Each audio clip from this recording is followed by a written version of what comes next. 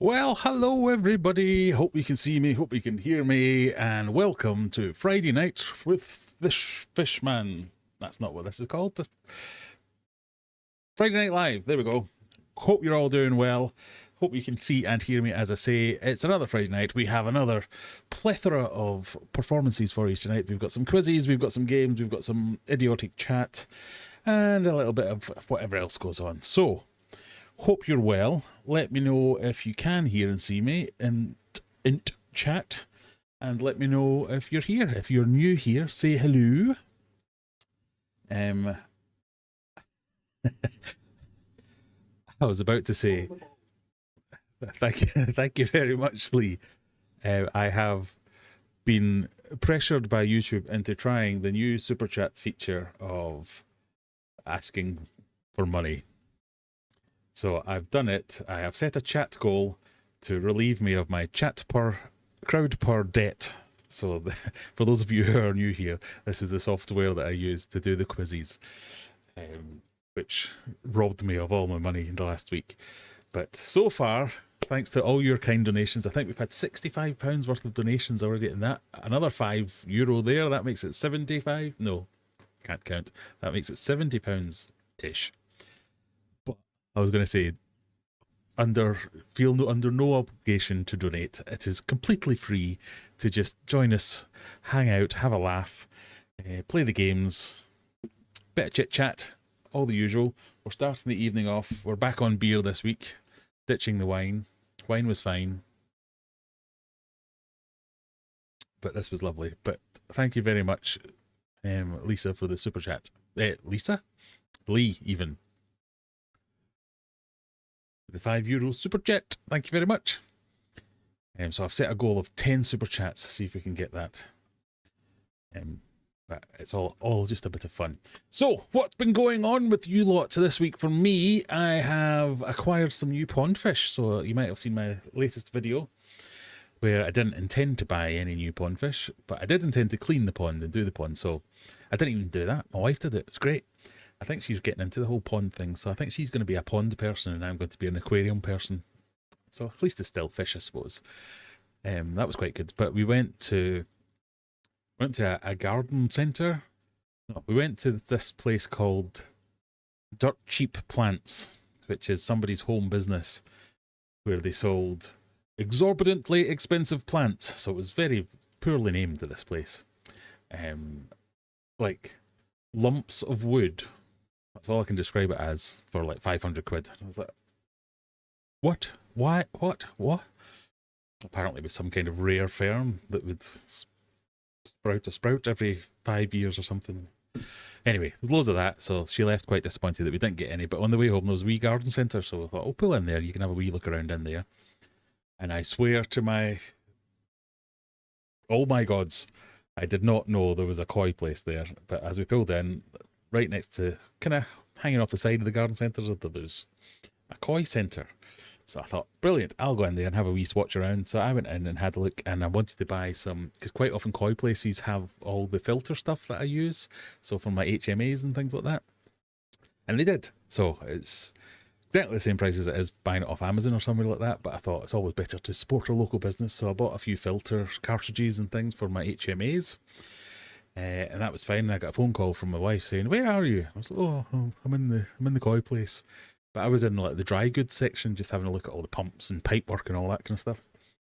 And she came in and said, "All right, I'll come and find you." Didn't come and find me. I got another phone call going, "Oh my God, have you seen these fish?" And she was in the fish part of it, where they had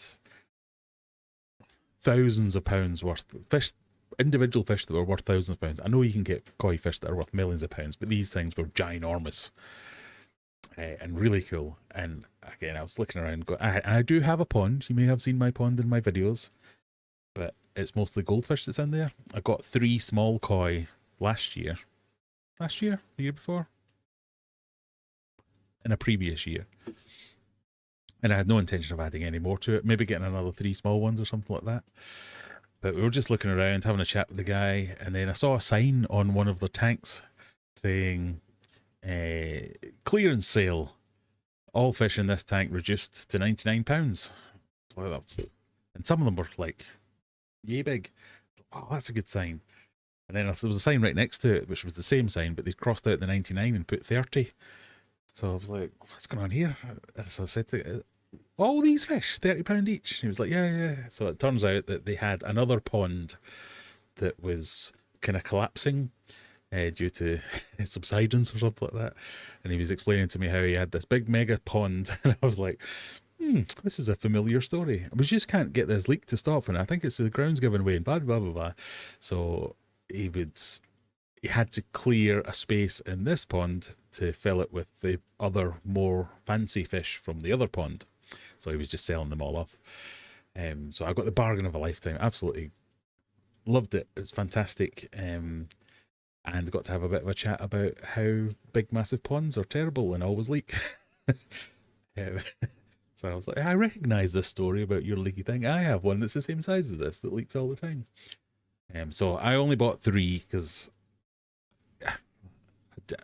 I felt guilty enough, because you know that way when you make YouTube videos, well, maybe you don't. You make YouTube videos about how to keep fish, and the number one bit of advice I always give people is don't ever impulse buy. There's me like that. How much? 30 quid? Yeah, I'll have 3, please. So I ended up buying 3 of the fish, and I left some of the big ones thinking there could be some bargains from some other proper koi people, not like me, not like the interloper that I am that doesn't really know about koi and all those things. So hopefully somebody got a good deal. I think they would have done it. I posted on Instagram and various other places about it, and I got a few messages saying I'm on my way now. So hopefully they got something out of it.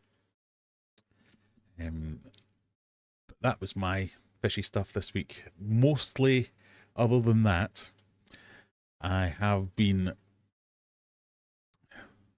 I'm trying to think whether or not obsessing is the right word, and I think it probably is. I have been obsessing about power consumption and how much my fish room is costing me to run, and trying to make it as efficient as possible. To the point where I think I mentioned this last week, where I got into my home automation and I was looking at Home Assistant and writing scripts and things like that. So that's basically a bit of software where you can have smart devices in your home, you can control everything. So one of the things I wanted to do is my garage door behind me, have a roller shutter door on the garage, and it runs off a key fob. So if you're outside, you press the key fob and the door goes up. But there's only 2 key fobs, and me and my wife have them. So if we go out and the kids want something out of the freezer, they're like, oh, where's the key? We need to get in. And I'm like, there is no key. Sorry, we're away with it. So I wrote an automation making that door smart. So I installed a bit of kit, wired it all in, put in some sensors and everything. So now we can ask the A word, open the garage door, or I can put it on, I've got an app on my phone for Home Assistant. I put it on the kids' phone so they can now open the door. So it's great. That goes up and down and does everything. But I locked myself in here because I had to write a bit of software that would do that opening. And I'm not very good at writing software. I'm not very good at coding, any of that nonsense. So, genius that I am, I unplugged all the manual controls, plugged in the automatic controls, and then decided to write the software. But the door was shut. So I was trapped in my garage for hours until I could get this bloody software to work properly. But thankfully, it does now work. But I can now also, I've put in sensors and attached everything to my grid and to my solar panels and all that kind of stuff, so I can see what's using power, where and when. And I've written more software that looks at, right, when the solar panels are consuming or are generating X watts, like the peak that they generate, that's when all the heaters on my fish tanks will switch on. And I make everything super hot in them, and then when the solar goes away, they switch off again, and then they'll gently cool, and I've been timing how long it takes for them to drop however many degrees. And then when my cheap electricity kicks in at night, because I'm on this EV tariff where I get 6 hours overnight at like 7 pence a kilowatt hour or whatever, and then when that tariff kicks in, turn all the heaters and stuff back on again. So I'm trying to see whether or not I can kind of massage all my power usage into the cheaper areas of electricity. So it's a work in progress, but that's kind of what I've been obsessed with this week, is trying to get all that kind of fixed. And it's kind of working. There's just, like I say, I'm not very good at software. I'm not very good at coding. and there's been some crazy things have happened. Like I thought I got everything being as efficient as possible, and I turn my back for 2 seconds, and I come back down to the fish room, and everything's on. And like at 10 o'clock at night, and I'm like, no, this is the expensive time. Why is everything running? I don't get it. But because I'm just poop at coding. But anyway, that's what I've been up to this week. So what have you lot been up to? Well, I say hello to a few of you. David Gibb, hello yourself. How's it going? Stuart says we're all good. Thank you.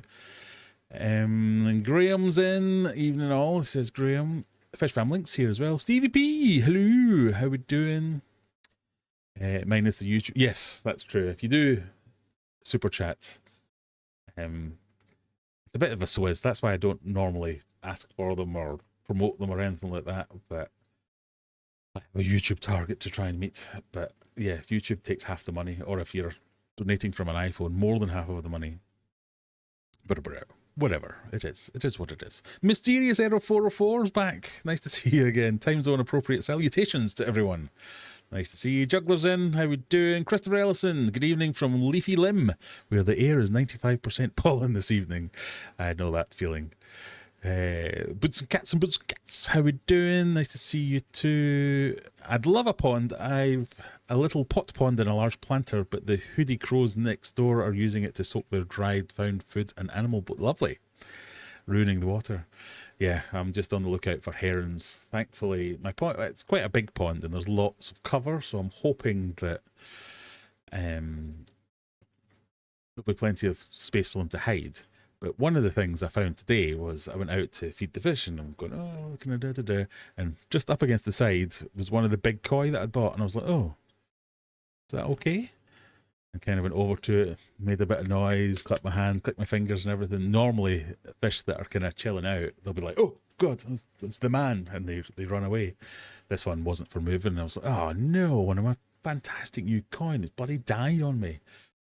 So I went right up to it, kind of splashed some water next to it, didn't move. I mean, it didn't look like, normally dead fish look funky quite quickly. It didn't look bad at all. And I put my hand in to touch it, touched it, gave it a nudge. Nothing happened. Put my hand under it and picked it up and got it out of the water and was turning it round to look at its face. And it was only when I got it round, it kind of went, oh, no thank you. And off it swam. I was like, oh, for God's sake. Gave me a bit of a heart attack. But it's quite a big pond and I'm a bit worried about herons, but my thought is I have had herons before, but my dogs and the neighbourhood cats seem to keep it at bay quite well because it's quite a big garden and all the neighbourhood cats seem to love to come and shit in my garden, so I don't know quite why. But anyway, they're quite big cats as well. I know herons are freaking massive, but the cats come into the garden quite a lot. My dogs are in the garden, my dog, I've only got one now, are in the garden quite a lot. I think that's kind of kept the heron at bay, usually. And there's so many little fish in that pond as well, so all the little goldfish, that I think that might make a better meal for a heron. But I know herons can be a bit just going to kill everything. Yeah, take that. So been looking at whether or not we need to get a net, but they just look ugly and I'm not sure what to do, so I'm kind of just seeing what's going on. My mum decided to call just as you went live. Well, that's, you can invite her along, we could all chat together, that'd be fine.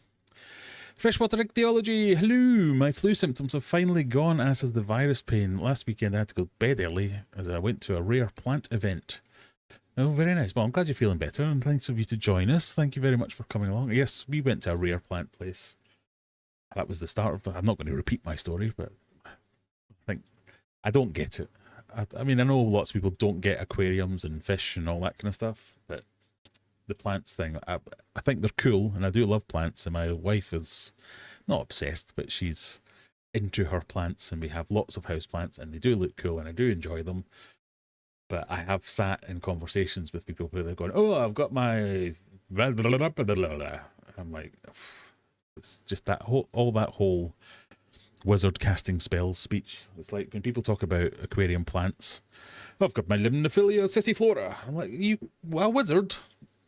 The green floaty one, or the, I don't know. So I don't know if it's going to be a problem that'll catch me and the rare plant thing, but my wife is into it, definitely. But I don't think she's that into the rare plants. She just likes plants, so we could be okay. Hi from Sweden. Hi, Gasmusk. How we doing? Nice to see you. The GIPG. Hello, hello, good evening, folks. And my dude on the other side of the channel. Nice to see you. Update. The blind betta fish I rescued 2 weeks ago is doing wonderful. Hand feeding soaked hikari vibrobites and thawed bloodworms using feeding tongs. He also likes pets. Oh, very nice. He also likes pets. Good, good, good. Surely the koi will be too big for the... I mean, they would be, but I've seen... So I used to go fishing, like international time for fishing, like carp fishing. And I remember a heron landing on a peg on the other side of the lake that I was on, just kind of checking out the water, and just went funk and killed like a good 12-pound carp, a big chunky beast. Didn't try and eat it or anything, just killed it, and I was just like, yeah, take that, and then flew away. So I think they're a bit malicious sometimes, where they just do it for fun or whatever it is. But also, there's lots of goldfish in there that would make a nice meal for a heron, but like thankfully, touch wood, I've not seen him catch anything yet. You can get some quite nice metal grids above aquariums. They look nicer than nets and don't kill amphibians or birds. Yeah, but it's not a natural pond, obviously, but it's surrounded by rocks which are all over this higgledy. I don't know how it would work. I'd need to have a proper think about it, basically. I only spent £90 on 3. Wow! I spent £90 on 3 koi. Focusing on anthuriums in... Does that mean? Wait, someone has the rare... I know, exactly. I bought a planter for my first summer tub. I'm a bit worried about raccoons. Oh, raccoons. There's herons. Badgers. That's what I've got to worry about. Squirrels. But I don't think badgers or squirrels or anything would bother the fish as such. We don't have raccoons, so I don't have to worry about them. Yeah, herons is about it, really. Sorry, Ronan. Messaging from Ireland with my partner Harley. We got the snacks in for tonight's live with you on the big... Oh, I'm on the big TV. Nice. We have herons nesting near us. They are amazing. One stabbed a large fancy of mine to death, and then... yeah, exactly. They're just buggers. But they are cool as hell. And we used to have... when I used to go fishing, we would take dead baits, so like buy fish at the supermarket and use that as a bait to throw out, and the heron would always kind of sidle up to us like, oh, hello, you got some fish there, have you? I mean, you don't mind fancy sharing it? That'd be lovely. Ooh. And they would come up and sit right next to you, really close. You could have reached out and touched it. And they're quite impressive beasts, shall I say. But yeah, indiscriminate killers as well. GIPG went fishing myself today. Took a day off work and the weather was nice today. It was nice today, wasn't it? Yeah. Not been fishing for a while. I'd love to go again. I'll need to go. Otters. Oh, yeah. We don't have any otters. We had mink for a while. Somebody released some mink near us years and years ago. But there was a fishing place that I went to. I went dead early in the morning on my own, set myself up at a peg, had been fishing for a good 20 minutes when there was a bush. So it was like the peg was here, my seat was here, and then there was a bush right next to it, and there was a man in the bush with an air rifle that I had not noticed because he was fully camoed head to toe, and he sat there for 20 minutes while I was getting myself sat up, get fishing, and he just went and stood up, and I was like, ah! Camo man, all with the like green and black and eyes and everything, head to toe camo with a gun. Just hello. He was there to shoot mink because the fishery had hired him to stop the mink taking all the fish. But God, that was, even thinking about it now, that's given me a proper a memory of how bad that was. I want to see a raccoon so bad. They're so round and cute. Aren't they like stinky What is it they got? Trash pandas? Is that what we call them? Very majestic looking. Not the trash pandas. That's the herons. Like cormorants, yes. They look quite cool. Raccoons are like feral cats with the opposite thumbs. Cute, but not to be trusted. I bought 7 ember tetras to put in my 10-gallon aquarium that my minnows used to live in before they stopped eating their babies. And I love the golden fish. Ember tetras are nice, I must admit. No raccoons here in Newfoundland, nor are there badgers or skunks or snakes. Toads. Is that all you get? Toads. Teresa's in. Good evening, Teresa. Nice to see you. Right. What we will do is I'm going to get prepped again because I've been so obsessed with my energy usage. This is one more week of, sorry, no GeoGuessr. So we've only got the normal quiz and, of course, Answer Smash. So I'll get that loaded up so people can start to think about joining it. Remember, free to play. If you wouldn't mind subscribing or clicking like or saying hello or something like that, that would be lovely. But you don't need to join as a member. But if you do, you're entitled to some extra member points. You can claim your member points by, first off, being a member. So no cheating like all the other people who try and just claim their points when they're not actually a member. But you type in, I can't remember, somebody will remind me. You type in a thing and it tells me to give you points, and I will give you points whenever you want. So you can be strategic about it. You can ask for it up front and get them out of the way quickly, or you can wait until the second half of the quiz, maybe, or halfway through, see if there's any tricky questions. You might get wiped out and you want a wee boost afterwards. All up to you. That's what we do. But again, completely free to play if you want to. You just have a bit of a disadvantage to those of you who are members who get a little bit of a points boost. That's all.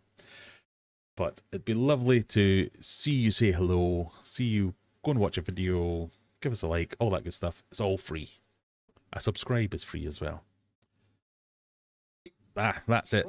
Prizes! Yes. Exclamation 75 will get you your member points if you are indeed a member. Right. Stop yabbering and copy the link address and put it into chat. That is the link for the quiz if you want to pay. If you want to do the scanny thing, that is the scanny thing. Oh, I'm going to need to do a bit of live resizing. There we go.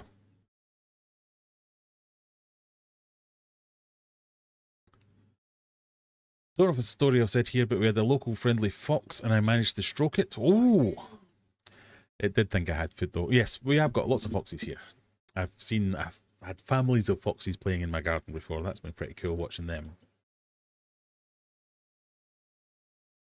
Again, I don't think they've ever shown any interest in the pond or the fish. I've seen them drink from the pond, but that's all.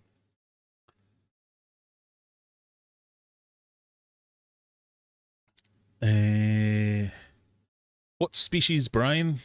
What species, Brian? Brian species, giant gourami. I can never remember the official name.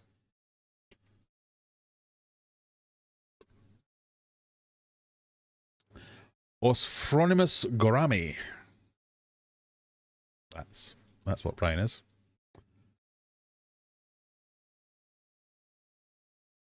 Right, people have been asking for points. So we've got Apple Gal, Teresa, and Lee all want their points. So I will sort that out now. Because it's always easier if you ask for your points at the start, because then I don't have to worry about it. Apple Gal, who did we say? Teresa and Lee. Lee. Apple Gal, Teresa.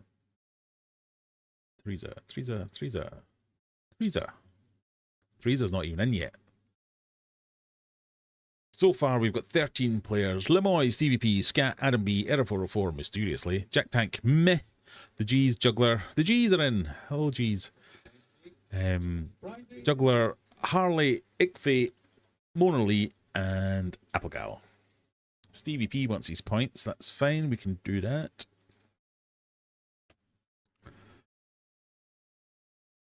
Zenny, my internet is out. My 5G isn't even working in my house. I've turned off Wi-Fi, so it won't try to connect, and came outside to say hello and wish everyone luck today, but I cannot play. Oh.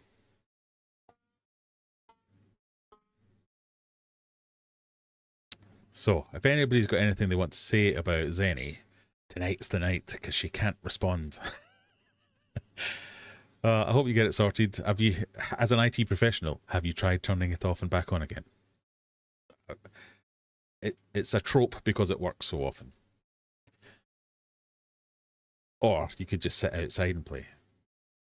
You know. Yeah, but that sucks if you can't. Not just because you can't play the quiz, but life without the internet. So it's just not worth it these days in this day and age.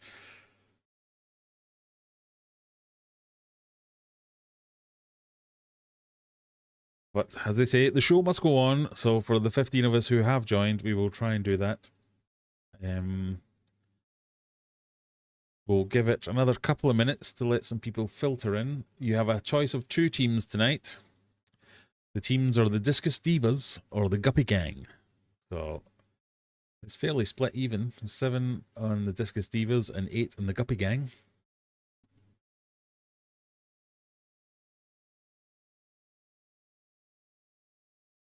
So we'll see who wins that one tonight. Let me just check on my power consumption.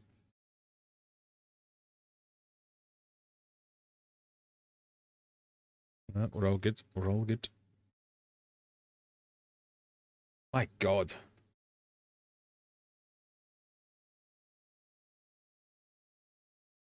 So my daughter came home from dance about half an hour ago and put on the oven to cook her pizza. What a spike that's made in the energy. I'm going to be so obsessed with this for the next,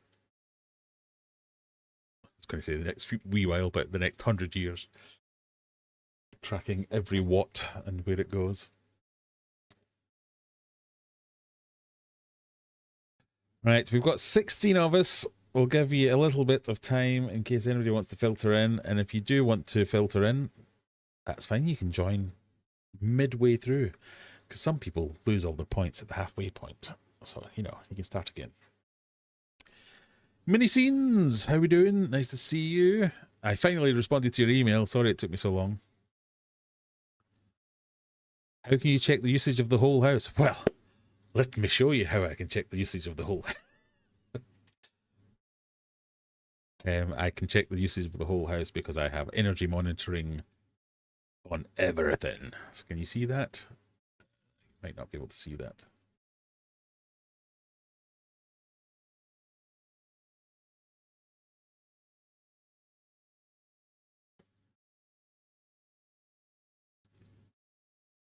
So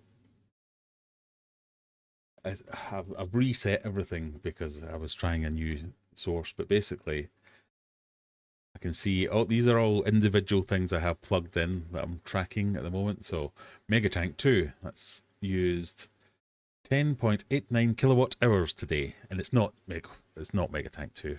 It's just the stuff on that side of the house. But and then I can see this where I'm not going to show you any of it.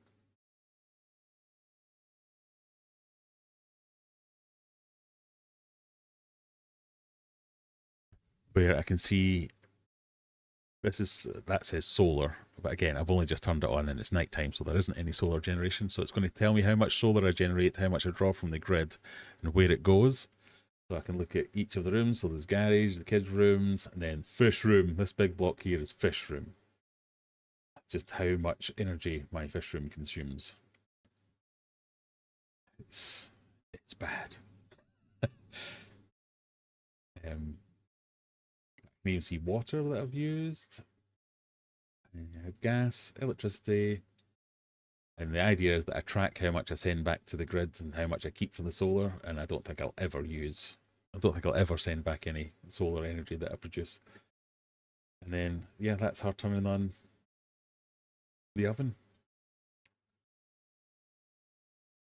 Anyway, it's all consuming.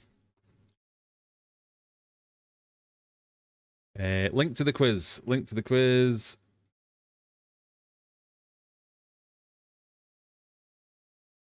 That's not the link to the quiz. That's something completely different. This is the link to the quiz.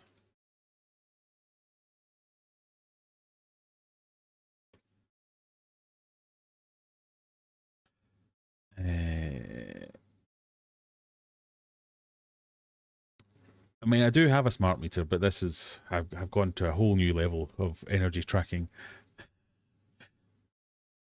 Here's a common problem with people who have solar panels. They end up watching energy. It is, but I've had solar panels. We moved into this house that already had solar panels, so it's been fine. It's only recently I have, my geek radar has been triggered by this thing that I've always known about called Home Assistant, that you can automate all your house stuff.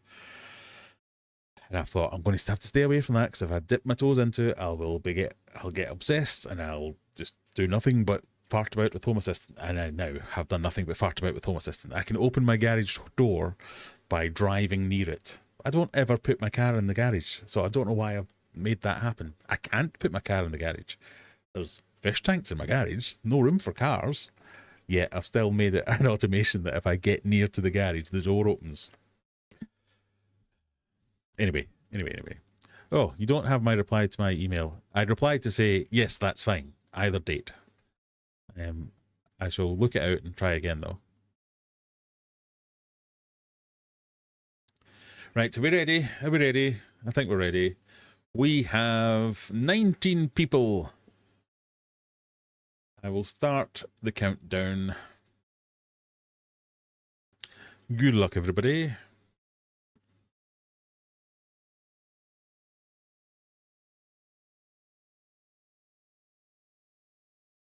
Only 90. We could have been doing this for free tonight. I wouldn't have to be scrounging for super chats. Question number 1. From what country does the international home goods and furniture retail IKEA originate? Are they from Switzerland, Finland, Norway, Sweden?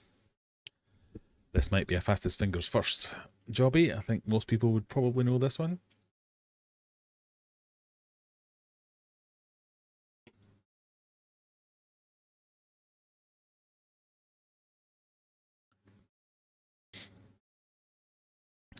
Applegal Lee have fallen asleep. The G's are arguing about it, and Teresa's gone for a pee, I imagine. Because the time's up and they've not answered. The correct answer is Sweden. Of course it is. Everyone knows that. IKEA is actually an acronym. I did not know that. This is new information to me. That's why I've put it in as the extra stuff. It's an acronym comprising the founder's initial, IK, plus those of Elmtard and Agunnaryd, the farm and village where he grew up. IKEA. Now you know.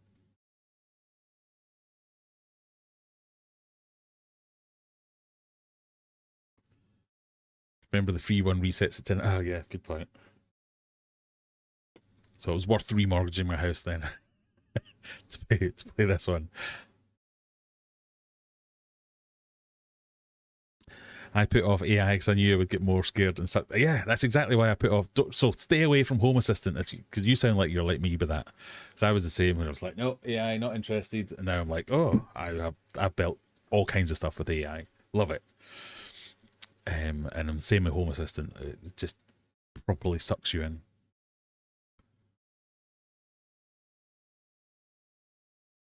Yes, we are arguing. As you can see, she didn't listen to me.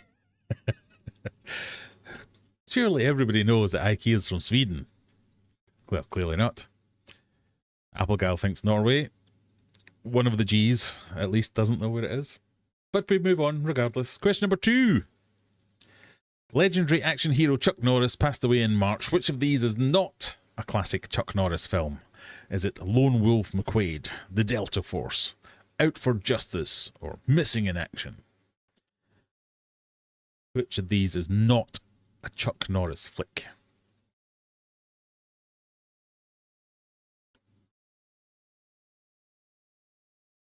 Oh, Rebecca didn't know that he died. Yeah. Finally, somebody got Chuck Norris. Or something.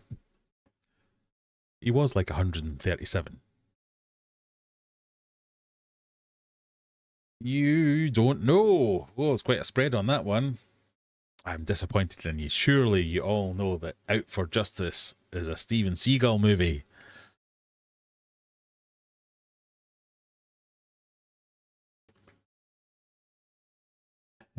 Artist and martial arts legend Chuck Norris died on March at the age of 86 in Hawaii following a sudden medical emergency.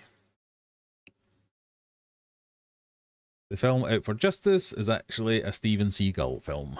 There you go. My dad got mistaken for Chuck Norris once. Wow, I bet he's dined off that ever since as well. That'd be quite good. Well, I have to tell you, I have to tell you a story. Hang on, just small quiz break.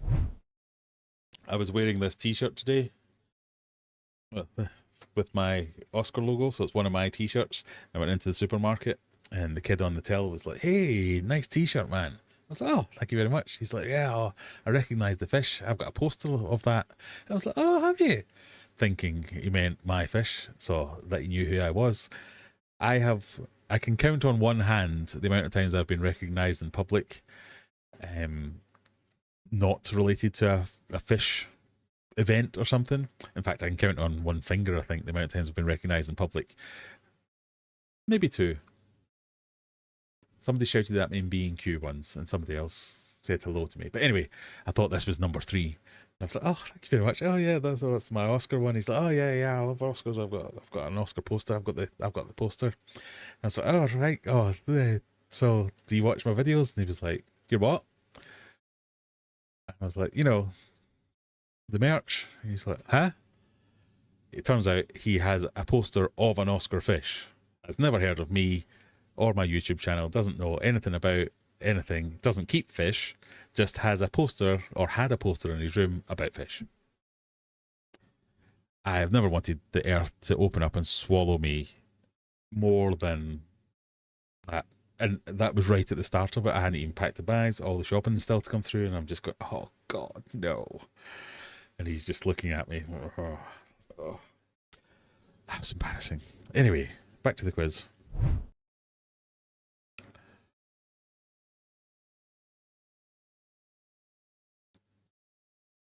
Meh is your leader tonight, but only 3 points in it. Question number the 3rd.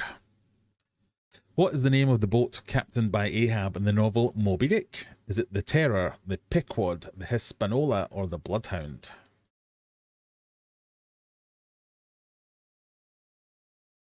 Hispaniola, sorry.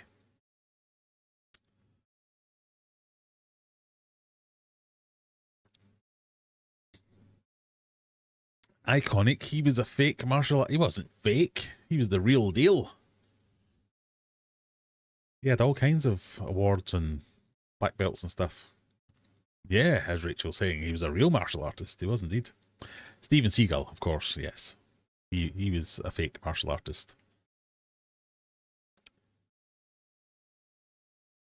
You're fine. He's the weirdo for having a fish poster, but no, I'll take that. Live answers. The Hispaniola is the most popular, but not the correct. It was, well done, 2 people, the Pequod.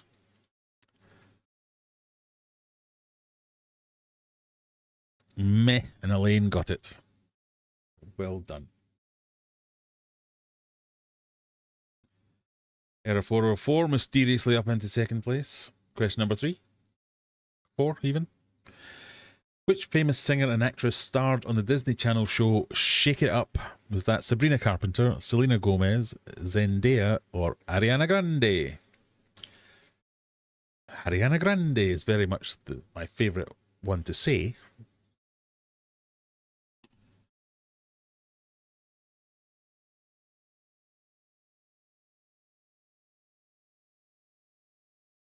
I think it's between Ariana Grande and Lady Gaga as to which one's my favourite one to say.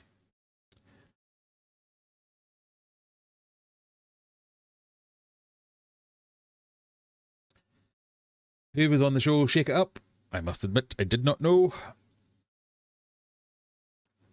Sounds like you lot didn't know either, because it was, in fact, Zendaya. Now you know. She rose to fame in 2010 to 2013 in the show Shake It Up on the Disney Channel, which started her singing and movie career. There you go.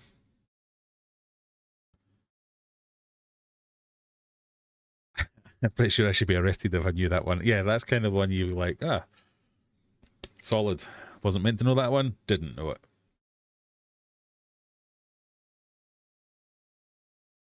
Rebecca had never seen or heard of it. Not to say there's a pattern developing here, Rebecca. Oh, somebody wants their stuff. Adam wants his stuff. Fine. Adam, are you just Adam now?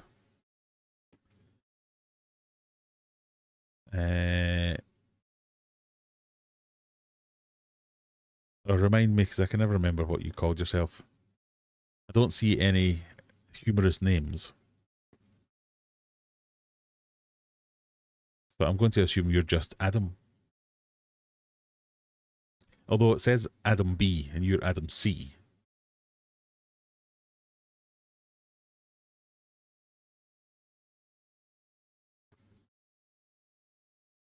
Meh.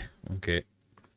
254 plus 70. Oh, that's 2,500. 254 plus 75. 329. Maths. Question number, the next one. What US state has residents colloquially known as nutmeggers? Is it Connecticut, Arkansas, Delaware, Oregon? Connecticut. I like saying that. So, Americans, put me right here. Are you meant to say Connecticut?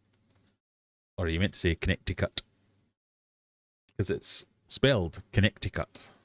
I'm sure we've had this conversation before, and I can't remember. What US states residents are colloquially known as the nutmeggers? Is it Connecticut, Arkansas, Delaware, or Oregon?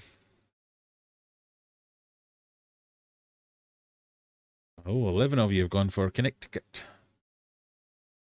And it is.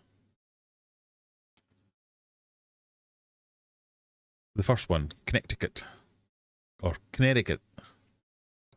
On films, it's Connecticut.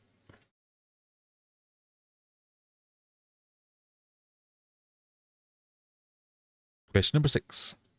If your job is driving a Zamboni, in which of these sports would you be working?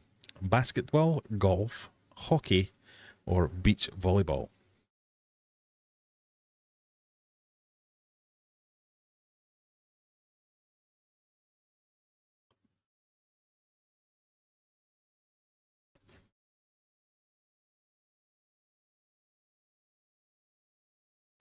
So that'll give you a hint with 2 seconds left to go.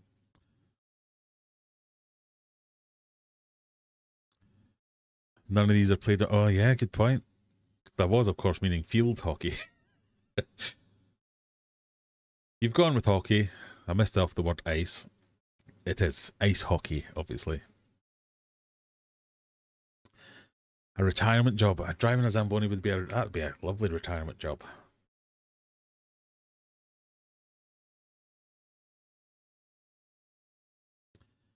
Question number 7. With what type of libation is an oniophile obsessed? Or a enophile? Onophile? Enophile. Do they like rum, absinthe, wine, or beer? Talking of which...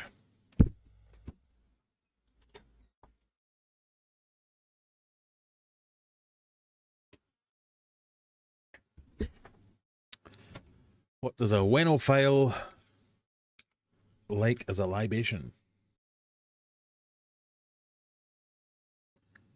Oh, absinthe's getting 5 votes there, but no, afraid not. It is wine. A wenophile likes all things wine, the word itself coming from the Greek weno, meaning wine, and phile, meaning lover of.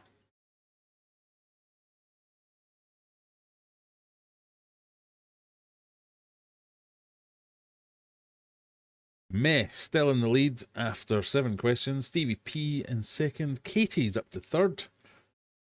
Scat in fourth, and then I don't know who's in the rest of them. Logan Fish Fam all the way down at the bottom though. Question number 8. Still time to make it up, don't worry. What does the cable network acronym ESPN stand for? Is it Eastern Sports and Professional News, Exclusive Sports Programming Network, Entertainments and Sports Programming Network, or Essential Stats and Play-by-Play Network? ESPN.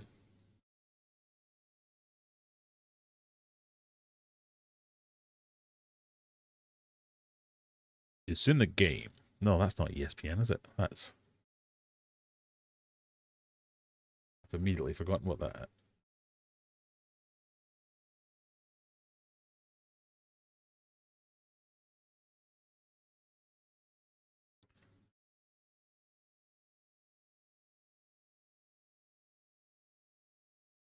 It's EA Sports. Of course it is, idiot. EA Sports. It's in the game. But what does ESPN stand for? You think it's C, Entertainment and Sports Programming Network? Well done. Thank you, Tom. It is EA Sports that's in the game. Missed it.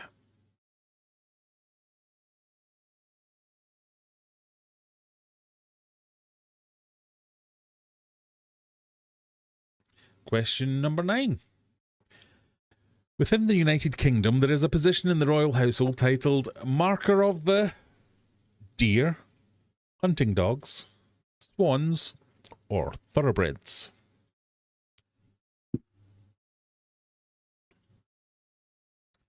What is there a marker of in the royal household?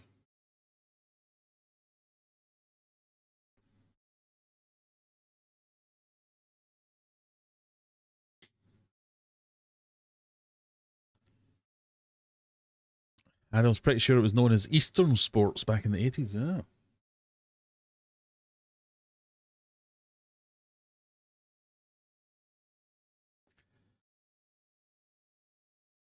We need more fish-based questions. Tom, this is stream number 200 and something.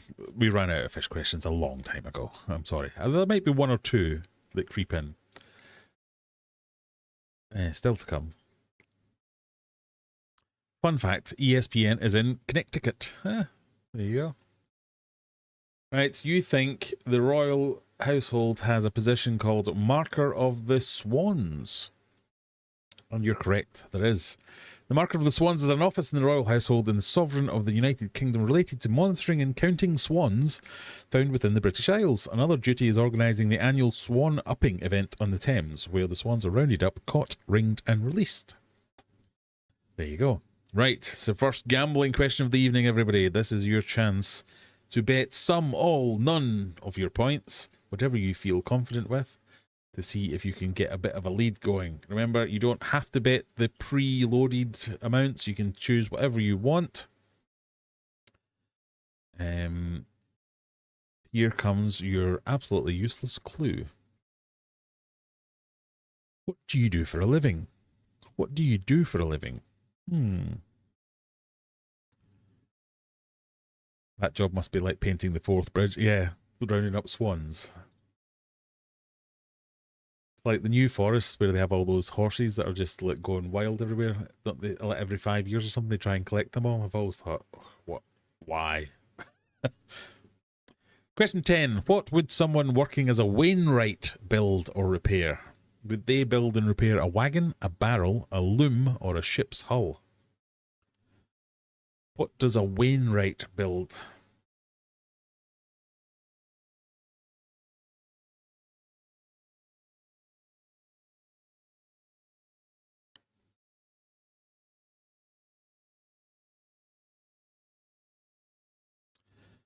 Well, there's a bit of a split on this one. It's either wagon or ship's hull, according to you lot.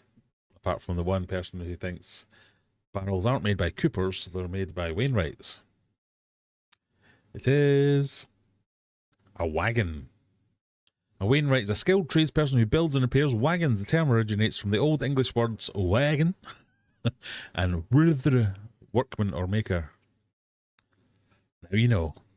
What's that done to the scores? Well, Meh has doubled up, as has Stevie P and Katie. You've done well out of that, but Lee, Carol, Juggler, Logan's Fish Farm, Tracy, all losing out. Elaine, Scat, dropping points. Your top 10's Harley, Elaine, Chris, Adam, Applegal, Jack Tank, Error, Mysterious, 404. But don't worry, you can get it all back again. I was thinking Rufus Wainwright for a second. I see that confused you. Oh, my points. Oh, my points. I got my Coopers, my Wainwrights, mother. You did indeed. Right, but don't worry, you can win it back again. Here comes question 11. A fish question.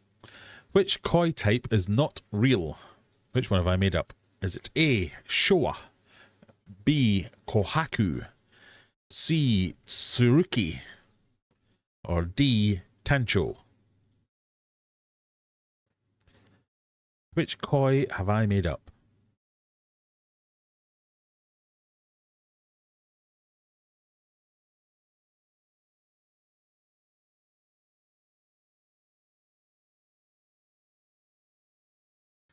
Shipwright is one who does ships. Of course it is. I love that realization afterwards going, I am an idiot. I do that so often myself. Which koi is not real? You think it's either Tancho or Tsuruki, or maybe Showa, but you're all quite invested in Kohaku being real. It's Tsuruki. I completely made that up. The rest of them are all varieties of koi.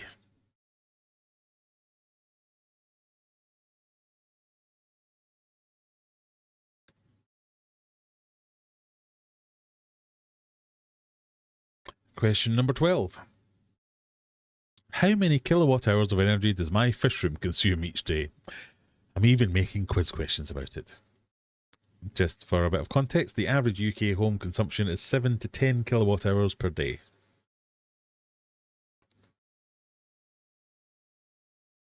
How many kilowatt hours of energy does my fish room consume each day?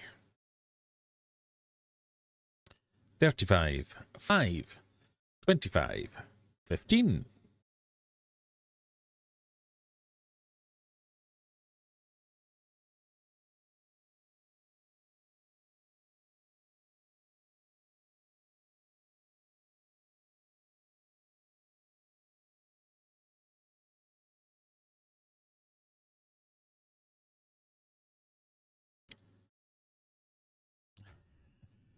Lee just guessed the yellow one. Why not? That's as good a tactic as any other.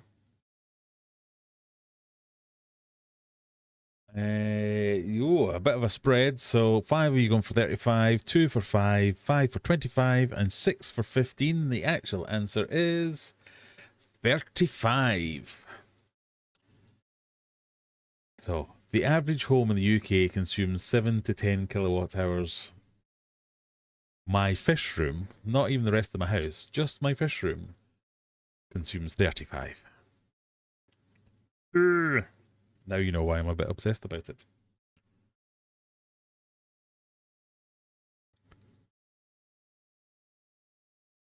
But interestingly, do you know how much that costs me? 0. Today, anyway.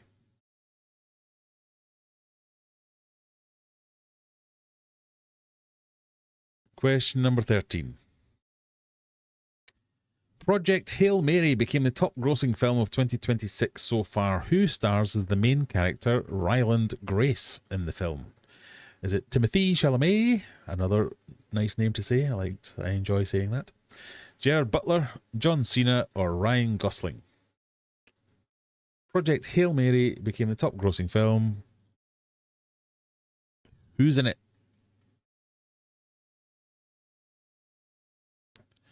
I missed the chat earlier, so I have no idea. Well, yeah, you'd have to be paying eagle-eyed to catch that from what I showed you earlier. Hooray! Pop culture! Adam's favourite. Sorry. Most of you are going for Ryan Gosling because it's Ryan Gosling. Of course it is. It's the sci-fi film hit of the year based on the 2021 novel by Andy Weir. Meh, Stevie P and Katie all getting that one. Well done, everyone. Question the next. Which of the below types of words are both race car and level? Which of the below types of words are both race car and level? Are they lipograms, homophones, antonyms, or palindromes?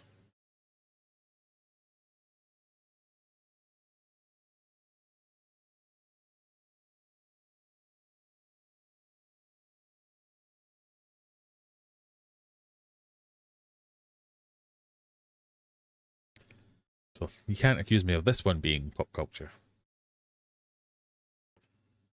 You've gone for palindromes, of course it is.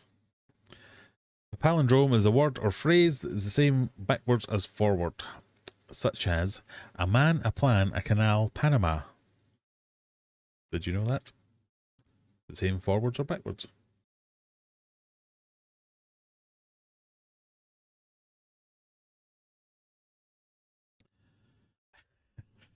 What?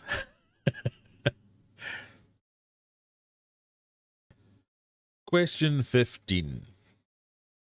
Known for its calming properties, what purple flowered herb is often used making soaps and potpourri? Or potpourri? Potpourri. I had a comment on one of my videos today saying, please stop saying foliage. I don't know if you've noticed this, but whenever I film plants of any description, aquatic or otherwise, I just like saying foliage rather than foliage. I know it's foliage. I just like saying foliage. And I'm now getting complaints for saying foliage. But anyway, is the purple plant, is it lemongrass, lavender, basil, or basil, or sage? And most of you, in fact, all of you, have gone for lavender. It is lavender. Well done. We shall move swiftly on. Oh, a 90 pointer there from me. That was pretty fast. 92 from Scat. That's very fast. Question 16. What type of Latin dance traditionally employs a handheld folding fan? Is that salsa, bachata, merengue, flamenco? That's a Homer Simpson pronunciation. What foliage? Foliage. It's like saying foliage. Hey, some foliage over here. That doesn't even make sense. With which Latin dance would you traditionally have a folding fan? Is it the salsa, bachata, merengue, flamenco? It is, according to you, flamenco. Flamenco. Well done, everyone except Applegal. Sorry. Oh, it could have been Rebecca, although I think she's gone now. Question, the next one. Which of these countries does not use the peso as its currency? Is it the Philippines, Venezuela, Dominican Republic, or Cuba? Where do they not use the peso? The Philippines, Venezuela, Dominican Republic, Cuba.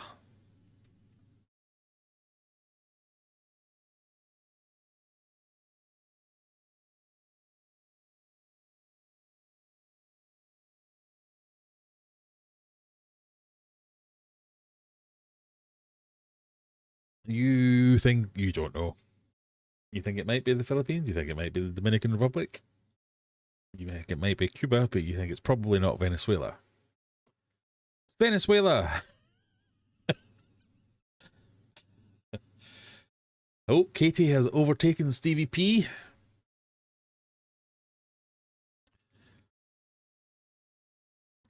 I'm imagining some poor student in a foreign land failing their English exams due to them learning from a YouTube and your pronunciations.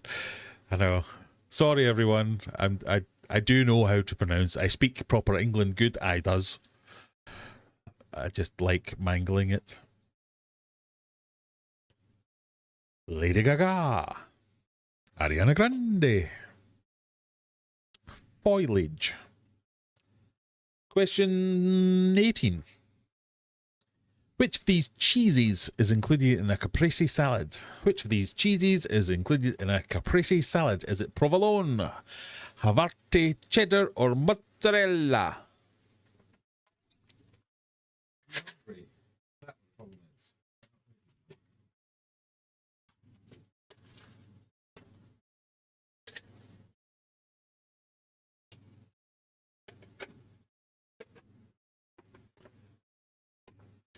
Which of these is in a caprese salad?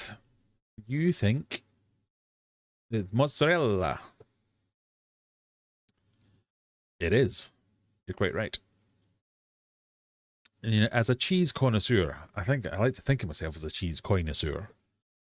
I've never heard of Havarti. I've heard of all the other ones. Rachel says it's not a party without Havarti. I've never heard of that.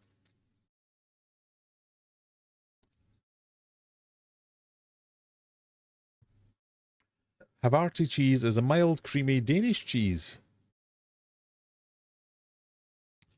Often available in the UK through specialty importers, supermarkets and shops. I've never heard of it. Must try. Right. Penultimate question time. All right. Penultimate question time, 19. An autonomous android won the second Beijing E-Town humanoid robot half marathon, smashing more than 7 minutes off the human record for the distance. But what was it called? What was the running robot called? Was it called Swifty, Lightning, Dash, or Bolt? This is the unknowable question, unless you happen to follow Chinese humanoid robot half marathon distance running.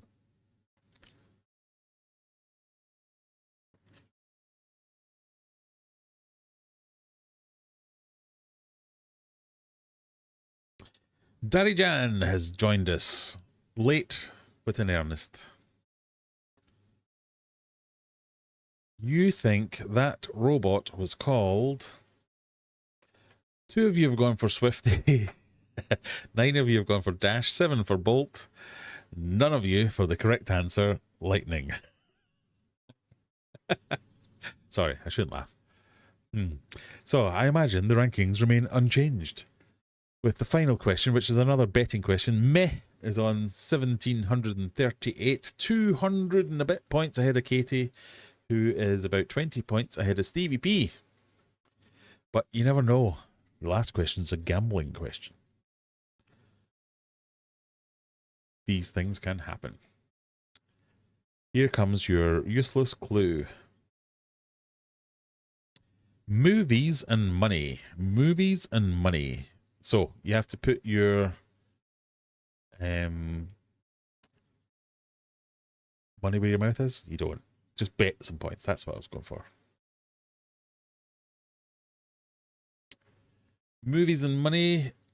What film earned Jim Carrey a record-breaking $20 million salary? The first for any actor. Was it Ace Ventura, When Nature Calls, The Cable Guy, Bruce Almighty, or How the Grinch Stole Christmas?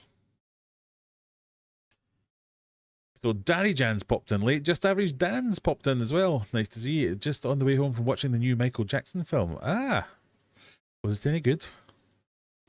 Should I illegally download it? What film earned Jim Carrey the record-breaking $20 million salary? You think it's The Cable Guy. It is The Cable Guy. Yeah, a bit of a damp squib box office wise, but yep. Jim Carrey was paid a record-breaking $20 million up front for The Cable Guy because he was at the time the biggest box office star in the world, having delivered 3 consecutive blockbusters in 1994 alone: Ace Ventura, The Mask, and Dumb and Dumber.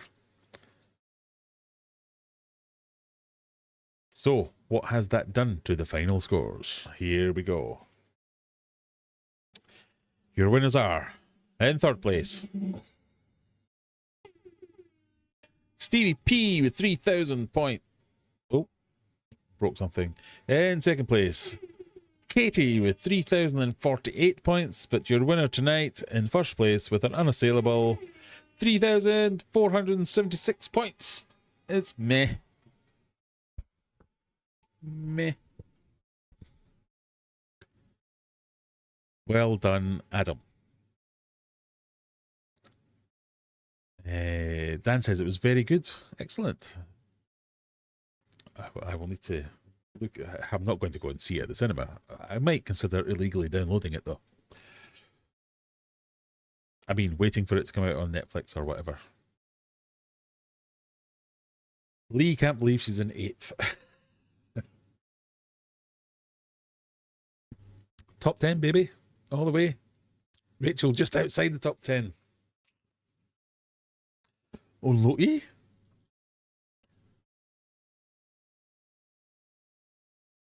There you go. Well done, everybody. That's it for the big quizzes. Is that the last one for this month, or have we got one more? What day are we on? No, that's the last one of April. So April was a bit of a funny month because we were trying out new quiz formats. May, we will start again on the keeping track each week so as we can have a monthly winner. But let's just say we're all winners. We're all winners because you convinced me to buy. You convinced me to buy Crowdpurse, so we're all winners. But yet again, I've not had time to do the geography one, and Mandy's not even here, so we could have even done it and not upset anyone. Teresa's donated £5 through Super. Thank you very much, Teresa. Again, it's not required. I've simply turned on the super chat goal to appease the YouTube overlords, and they might send me something if I do it. But thank you very much. It's still, nonetheless, absolutely appreciated. So I'm not saying don't give me super chats. I'm just saying it's not required. It is very much appreciated. Super appreciated, in fact. So I think that's me up to now, what, 75? So we should be able to... So I've paid down some of the cost of Crowdpurse. Some of that 300 quid is starting to be made. Tracy has said, I did not get your email reply. I mean, I definitely sent it. Shall I prove it?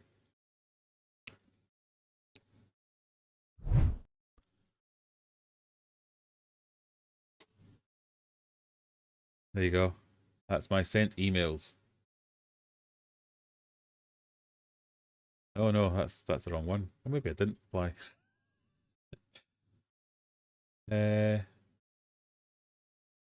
I certainly meant to reply.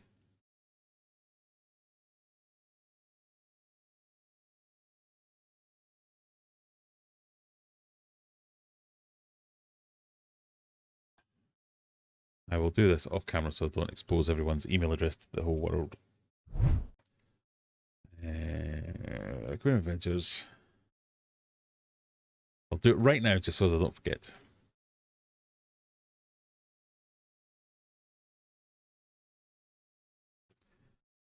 I have pressed send.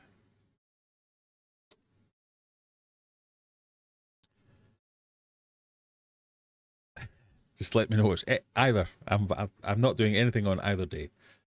So whatever one works for you, I will work around your requirements. So for anyone who's interested, Mini Scenes has a YouTube channel of her own who you may have seen.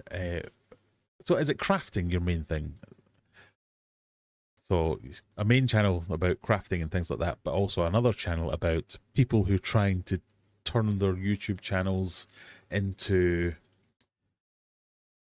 side hustles, front and center hustles, I guess, all kinds of things. And I had gone in and had a look at some of your videos. So I noticed you'd done some videos. So Matt, obviously, we all know Fish Shop Matt.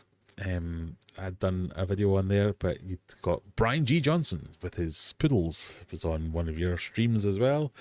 So there was a good few interesting videos on there, so I quite enjoy that kind of thing. I'm a bit obsessed with YouTube, as you might think. I quite like, not necessarily bucking the trends, but your Brian G. Johnsons, your Nick Nimmons, all that kind of stuff, the YouTube gurus. I've been doing this for 10 years plus, and I've been watching these guys and doing what they said for a long time as well. And a lot of it is very generic advice that I don't think necessarily applies well to everyone. And what I mean by that is, and I'm not trying to call out any of those guys and say that they're wrong or anything like that. They're absolutely correct. But a lot of the advice is very do lots of things and then niche down. So do 10 things, see what works. Do 10 things like that, see what works. Do 10 things like that, see what works. And eventually you just become a sausage factory by that point, and you're just doing the same thing over and over again. So I kind of try to find a balance between those two ends of that spectrum of trying to do that, but without being repetitive. And of course, that's completely idiotic because you can't do that, because if you do the same thing over and over again, you become repetitive. But trying to find the balance of finding something that people are interested in, and then finding enough variety in ways to do that to get them to come back, I think is really interesting. And it's something that I've definitely not cracked and don't know how to do, but that's what I enjoy looking at. So I obsess over my YouTube stats, and I quite often disregard a lot of the stats because I'm concentrating on, right, that metric there, that particular metric, is that important or not? And I'll try a few videos about that.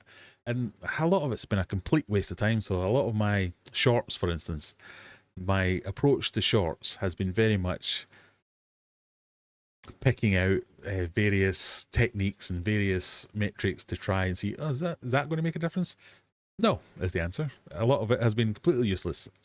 I have never had a viral short. I have never done a short that's done better or worse than any other short. I've never done a short that has differentiated itself from any other short to make any difference whatsoever. So I'm purely doing it for convenience now. So it used to be that some of the advice would be, if you're doing shorts, you have to do shorts with captions, subtitles, because 99.9% of people who are watching shorts are sat on the toilet. So they're at work. They don't want to be playing this out loud, so they need to be able to read what you're saying. You can't rely on you speaking because they're playing it silently.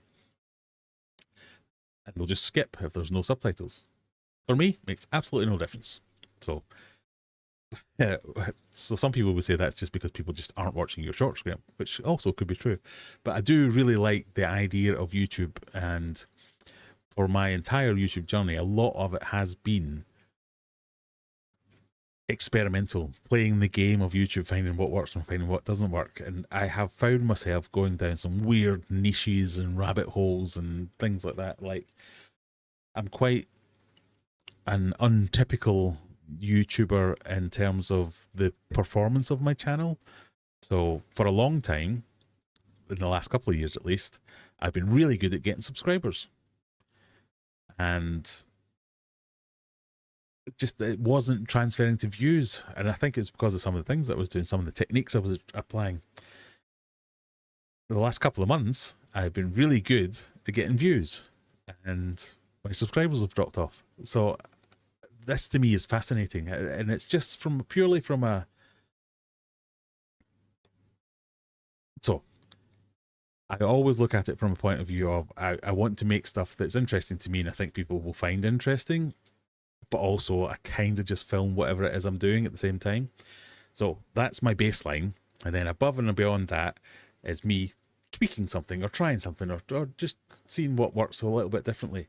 I haven't changed all that much, but I've gone from a model which generated lots of subscribers, but not very many views. So a lot of people would hit the subscribe button and then bugger off and never come back again. And haven't figured out what it is yet, but I'm now transitioning into a model that generates lots of views, but isn't getting anyone else to subscribe. Now, there's a billion variables in that. I don't know whether that's because everyone that's going to subscribe has subscribed, and now I'm just getting more of them to come back and actually watch the videos. But then again, my stats don't show that yet. They might, but they don't. I don't think they show that yet. I need more data to be able to do that. So, but it's just, that to me is almost something I obsess over as much as Home Assistant and power consumption and power usage and all that kind of stuff. It's just very strange. It's I really enjoy that as a hobby in and of itself, figuring out what works, what doesn't work, and I've not got any answers. That's the. I mean, this is probably the interview that Tracy wants to do with me. This is probably it. I don't know, because that's where I've ended up with most of these things. I'm having fun trying it, but I don't know. Pardon me. Brian deserves all. Well, Brian has had some treats, so he should be good now. The main channel is crafting. Yes, good. But I thought I was on the right track there.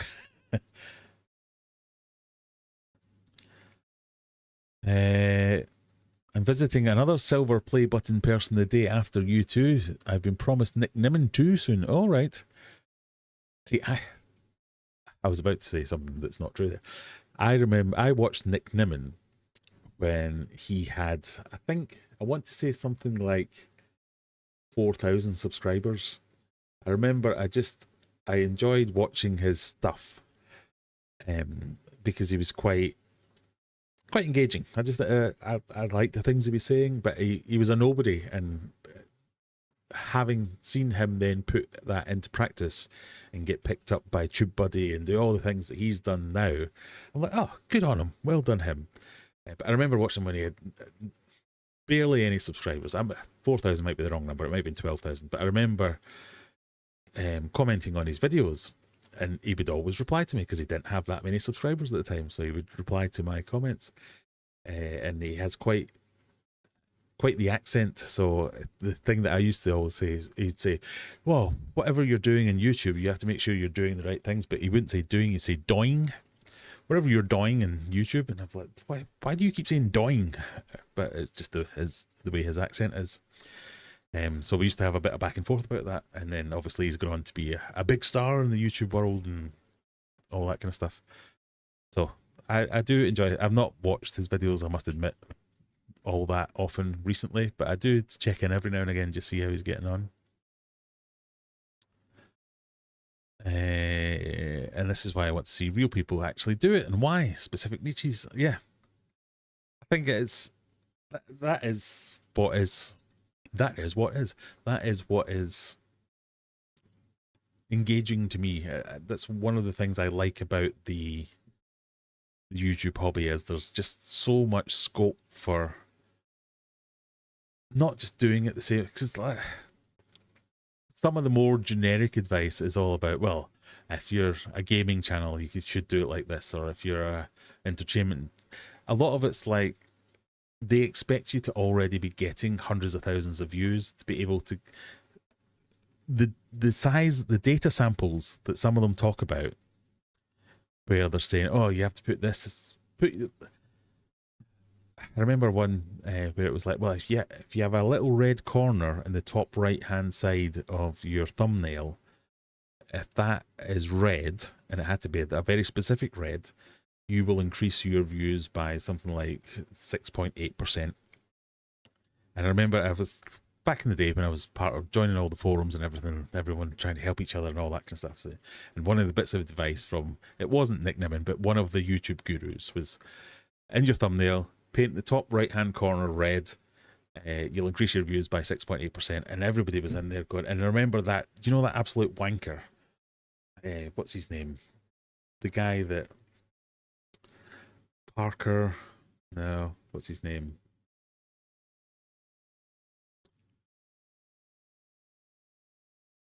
I'm kind of glad I've forgotten his name, because I don't like him. Anyway, it's an aquarium channel.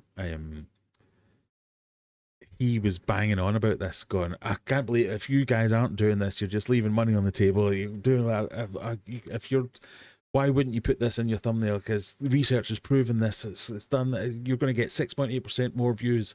And I looked at his last, I don't know, 20 videos or something like that, and they'd all massed about 200 views each. I'm like, do you know what 6.8% of 200 is? You're not increasing your revenue gain with this. This is not.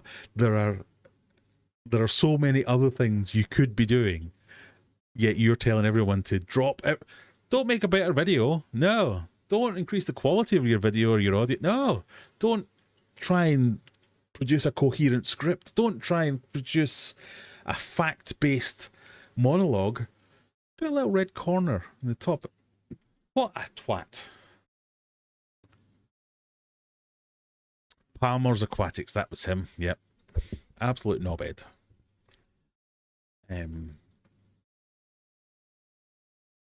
It's just some of the advice that some of these guys give is just repeated tosh that someone else has said a lot of the times. But it's the same with everything else. If there's no quick wins, if there was quick wins, if these guys knew how to make your channel go viral with every video, they wouldn't have channels dedicated to telling you how to do it. They'd be doing it. So as their channel would go viral with all these things every video. Do you know what I mean? It can only be so interesting telling you how to make your videos better. It fits within a box. It can only be so successful, that video. So if you know how to make every video a banger that's going to get 2 million views, why have you chosen not to do that and instead make a video that's going to get a few thousand views telling other people how to make a video? So a lot of it is more about encouragement, a lot about, I mean, I respect the guys who do put out this educational content about how to make good videos and all that kind of stuff, but when you're getting into the weeds of put a little red corner in the top of your thumbnail, that's bollocks advice. That's not how to make a better video. That's not how to... The stuff you should be concentrating on is, am I making educational content? Am I making entertaining content? Am I making that? And then figuring out from there, how do you build on that and make it a little bit better? Doing the whole make everything 1% better every time you do it. All that kind of stuff. That's the useful stuff, but it's boring. Nobody wants to hear that. And that's the stuff that actually grows channels, making things a little bit more engaging, a little bit better. Not tricks, not tweaks. That's all faff. No one cares about that. Anyway, I'm a bit of a rant now. Give me an example of an aquarium hobbyist short that went viral. I mean, there are plenty, but for me, virality shouldn't be the measure of success, because I could make a viral video. I could drop a goldfish in this tank and have Brian devour it. That would go viral probably. Lots of people would watch that. Do I want to make that video? No. Is that a good video to make? No. Is that a good thing to... No. It's just not... It's not... I'm not going to. Don't get excited. But you know what I mean? It's just like... There are ways and means. If your end goal is a viral video, there are easier ways to do it. If your end goal is consistent growth and consistent quality and consistent... Do you know what I mean? Everything getting a little bit better all the time. That's an admirable goal. I want to be viral shouldn't be the goal. I want to make things that are good enough to go viral should be the goal.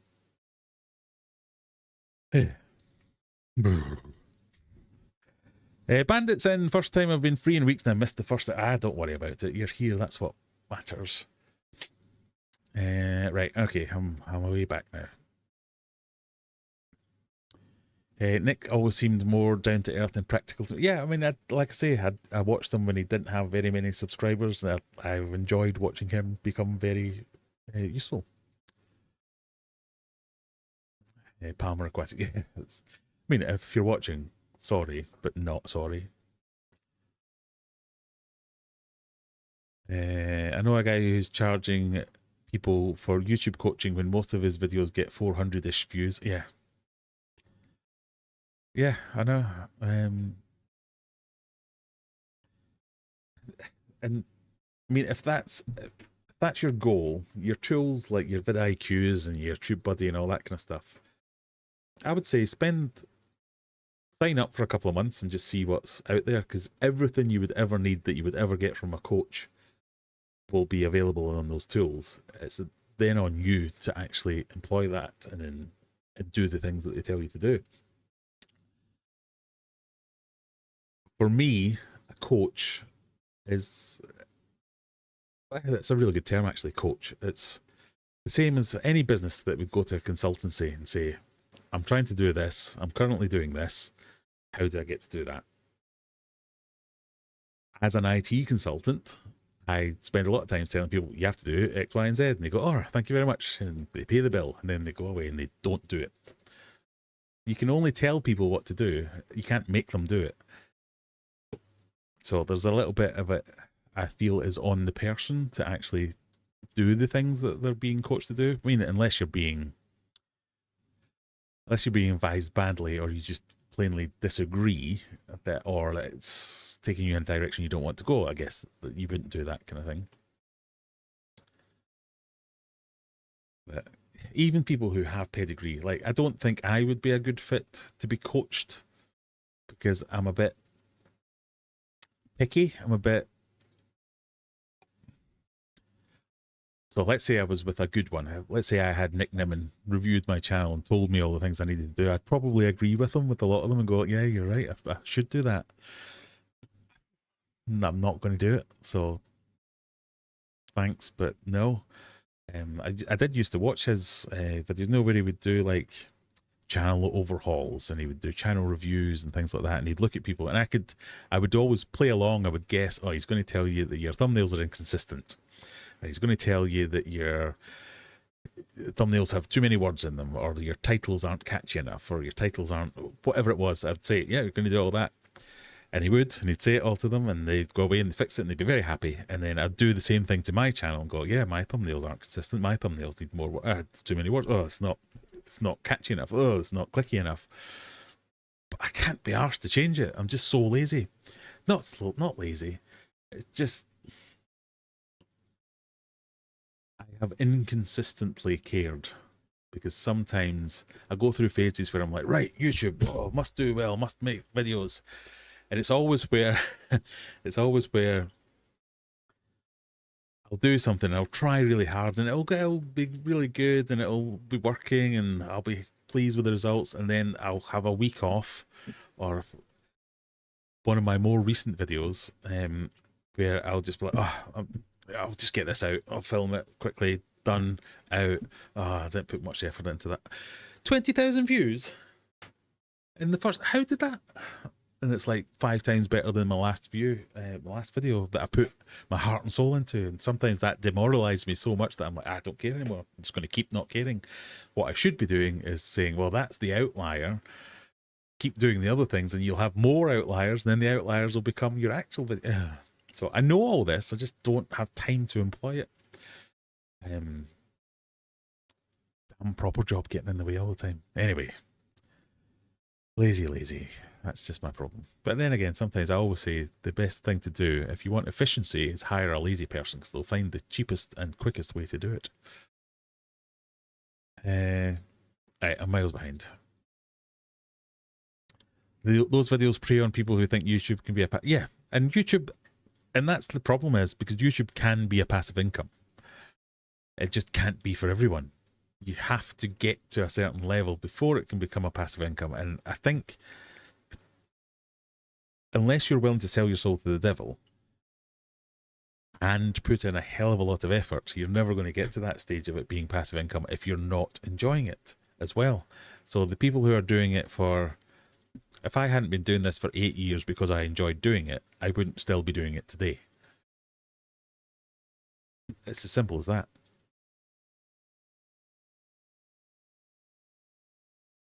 Right. Oh, I've been wittering on.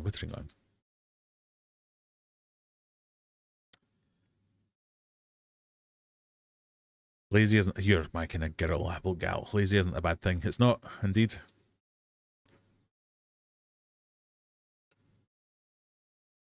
But we have one more game to play, everyone.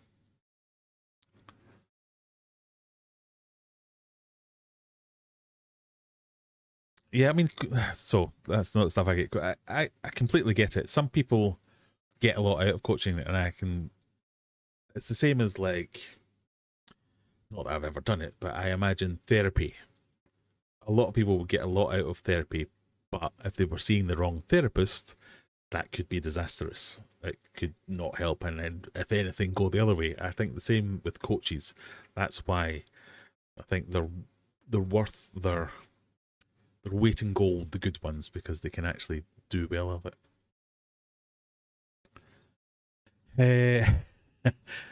Rinder Sharma says, is this a fish podcast or something? Well, every now and again, there's a fish. We do have some fish. But we're going to have some fun now. We're going to stop talking bollocks and we're going to do some fun. Let me find the link. Let me find... Come on. There we go. I will put this in chat.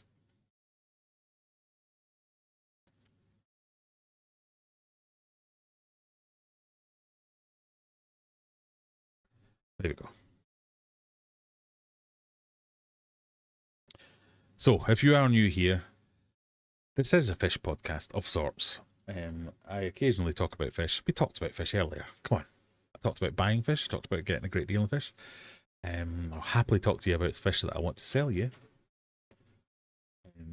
There's some fish right there. But it's more of a chilled out, hanging around, relaxed vibe that we're going for. Not necessarily, this is how to raise guppies. You must have 9 tanks and you must never make them. No, that's not what you get from me. Interesting bollocks. Sometimes for some people. I get that most people don't care. But what I always say is, it's my channel and I'll talk about it if I want to. But I get that most people don't care, so I do try and temper myself to say, come on. 20 people have just left the chat because you've been talking bollocks for 20 minutes. No one cares. I find interesting things interesting. And one of the interesting things is how YouTube works and why I can't figure it out. I mean, I have had some moderate success in YouTube. I mean, that's not big-headed or anything. Not many people have a silver play button. But to get the silver play button and still have no idea what I'm doing or why it's working. I'm not doing anything that different to 5 years ago. I've been doing this live stream for 5 years.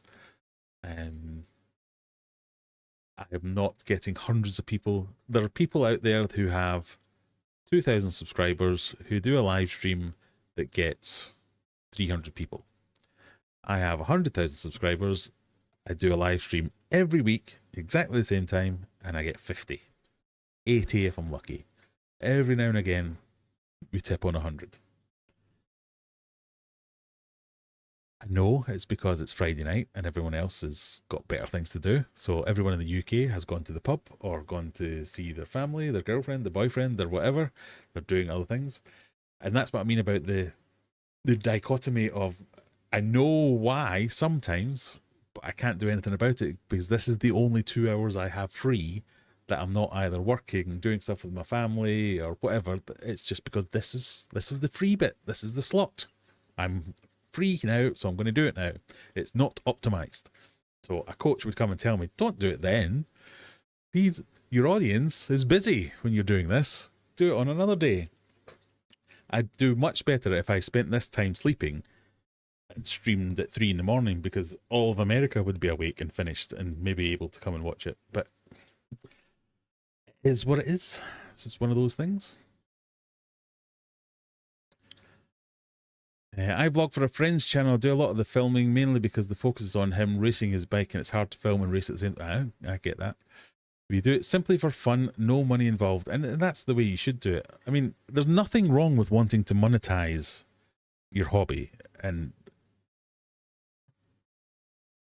but without having fun, without enjoying it, it's just not going to work. So there's nothing wrong with wanting to monetize it, but there's also nothing wrong with not being that interested in monetizing it. There's nothing wrong with not being sure which way you want to go with that. There's nothing wrong with being in the not bothered about monetizing camp 1 week and then the next week going, I wish I could monetize that, and then swapping back and forward again. I think that's all fine. But as long as you enjoy the thing that you're filming, nothing else really matters after that, because then the rest of it's just a bonus afterwards. So that's kind of the sweet spot. Is just, I enjoy keeping fish. I enjoy doing a live stream and talking to you and having a laugh. Mostly, we're about to go into a section that I don't enjoy because you all wind me up, but I mostly enjoy it. So it's not a chore to do it again next week. Going, only 50 people turned up this week. The live streams, I barely ever look at them. I'm going to look now, and I've just noticed there's only 36 people watching me, so at least nobody's hearing me moan. But it's one of those things. I can't play. I'm babysitting my grandniece. She woke up and took the tablet. No worries. Most people don't care about my aquariums. I know, most people don't care about my aquariums. There's very few people care about my aquariums. There's people that love me and I love that don't care about my aquarium. So why would I expect anyone else to care? I'm amazed a few thousand people will watch my videos. But yeah, it literally blows my mind every time I upload a video. Because it's not that long ago where I remember uploading a video, and after 24 hours, if I got 100 views, I'd be like, that 100 views, get in. I wonder what I did differently that time. And now I'll upload a video and I'll be like, only 1,000. And then I think to myself, no, you big fat idiot. A couple of years ago, you would have killed for that.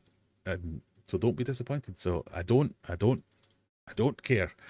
I just enjoy doing the things.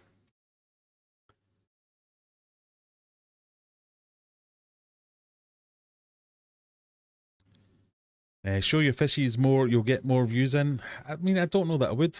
So I'm willing to try it again. But I did used to film my live streams with multiple cameras. It was a lot more faff to set up, but not a chore. Where I would have one camera on this tank, I'd have one camera on that tank, I'd have another mobile camera down on that tank, and I would have me just down in the corner all the time. People would moan then, say, we can't see what you're saying. I don't know. So there are always things that I can do. There's always things that I will try, and I'm always happy to try them. I'm just not always sure they make that much of a difference. But I do enjoy sometimes just making a short. If I can just take my phone and go, film that for a wee minute, or I'm doing a thing, I'm going to do this, stick it on YouTube, stick it on Instagram, copies to everything. I mean, that's a really good example. For instance, so my plan is my sales stuff over there. So if you're new here, I have just got my pet shop license, so I'm just starting selling fish. My plan was to do daily videos of all the fish. So on a Monday, we'll do the blue discus tank. On the Tuesday, we'll do the spotted discus tank. On the Wednesday, we'll do the cherry shrimp and the coolie loaches. On the Thursday, I've not made one video. I've just been too busy. I've just not got around to it. So I know there are things that need to be done that I just haven't done. Do reels and lives up. Yeah, so I used to do like leave a live stream running. You'd get hundreds of views, but meh. I love the shorts of Brian trying to eat different food. Yeah, and I want to do Brian betting with Brian was going to be a thing as well. I just need more time. Sorry, something. I'm just getting this off the glass.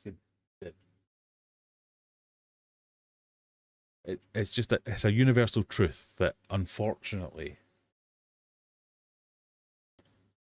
YouTube is the last priority.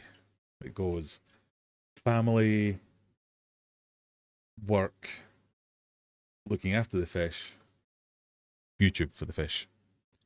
So until all that's been done, there's just no time for YouTube. So it's just what I can fit in. It just is the way it is.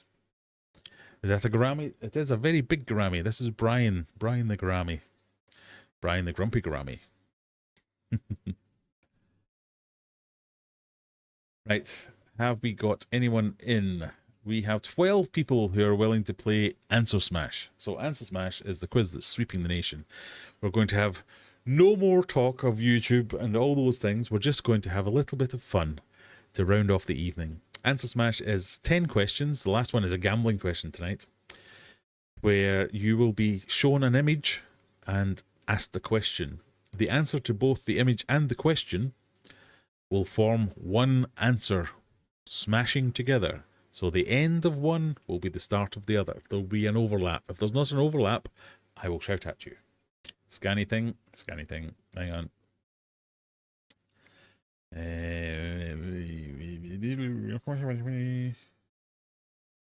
Nope, not that scanny thing.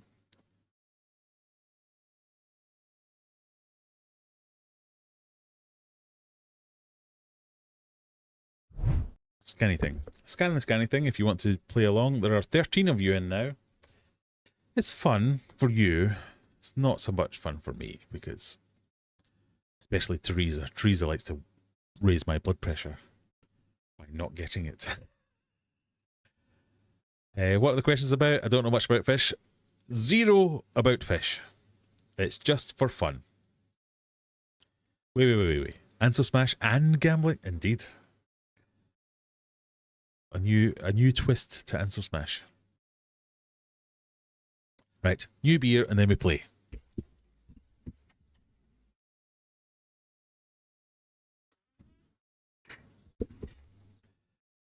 Remember, I will allow bad spelling. I will allow format issues. If you don't smash your answers together, I will take points away.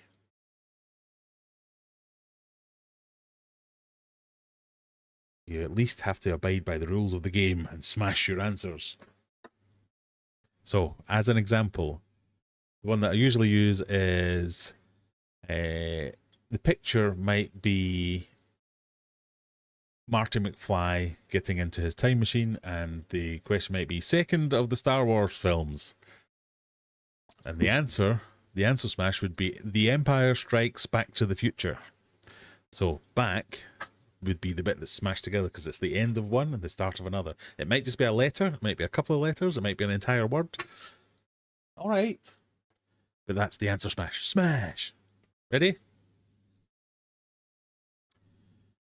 Please keep the scanning thing up. I need my phone to have some charge.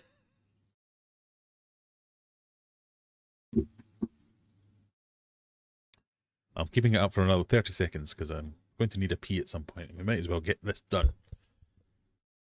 Are we ready? 18 people playing, apparently. Here comes the countdown. It's fun, though. I won't shout at you too much.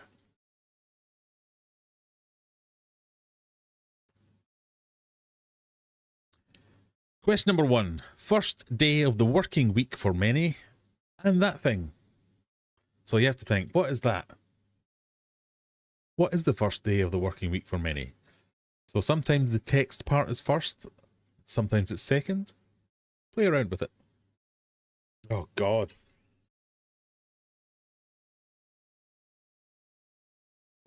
Remember, there are 2 answers. If you just answer one of them, I'm going to shout at you.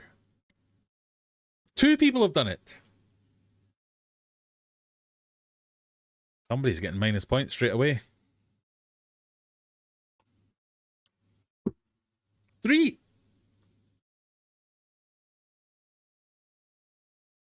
3 people have ignored the key rule of Answer Smash, which is that you have to have 2 answers to smash them together. Not just one of the... How have 3 of you done that?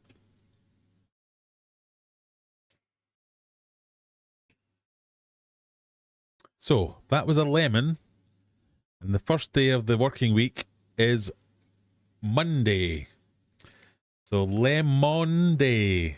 Lemon and Monday smashed together makes Lemon Day. Well done, 77% of you. Monday is just Monday.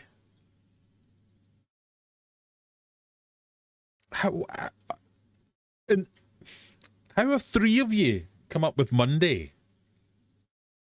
Did you just think first day of the working week, Monday? Aha, got this in the bag. Or did you think half a point? I don't know what he was whinging about a minute ago. I didn't listen to him. I tuned him out because he was talking about boring YouTube stuff. So if that's the case, I take it back. From now on, I'm not going to look and I'm not going to shame the three people. But if this happens again, points will be removed. That's all I'm going to say. So the correct answer was Lemon Day. Well done, everyone. Especially Applegal, who got an 87 pointer on that one. Stevie P and Scat in the 80s as well.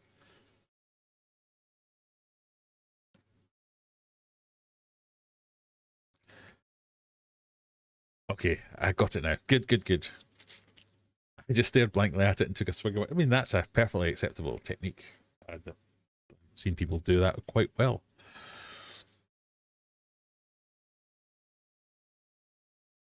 Here we go, number 2. The most and that thing. The most and that thing.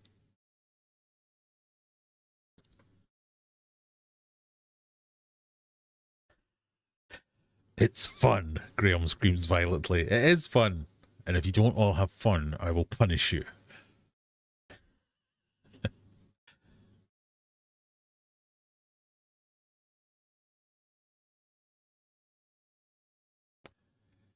Lone Star Finn, love your journey. I just opened a store in Dallas, Texas, USA. Well, congratulations. You've gone one further than me. Scary, isn't it? We'll wish you all the best.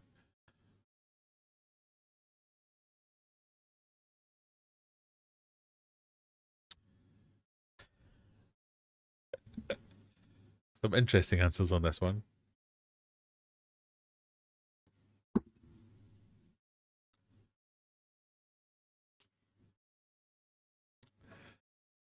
So, the most, I was going for maximum, and that is a mummy. So, maximummy is correct. Some mummy, the most, some. I mean, you have technically answer smashed it, so well done, that one person. It's wrong, but at least you answer smashed. Mummy more. There's no smashing there. That's just mummy and more. Most. I mean, no. Mummy, eat this crap. Get it. Mummy a lot. I respect you're trying. You're not trying very well. Most me has your keyboard broken. Mummy. Ah, close. So you've smashed something, but that's not mum. If your mum looks like that, have a word. Mummy. Maximummy. That's what we were going for. So none of these others are getting it. 3 of you are getting it. Well done. Joint first place for Error 404, mysteriously, and Stevie P. Question number 3. They're not in any kind of increasing scale of hardness, they're just dotted around. Some of them will be easy, some of them will be hard. A small spherical portion of ground or minced meat. That guy. This is ones for the long-term subscribers who have watched many a live stream with me. You'll know who that guy is.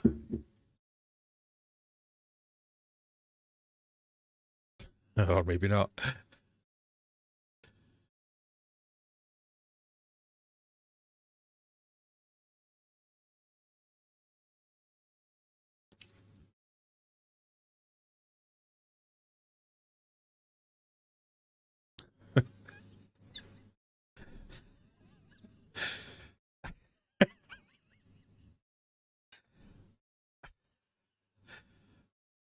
Oh, God, this is awful. What is wrong with you people?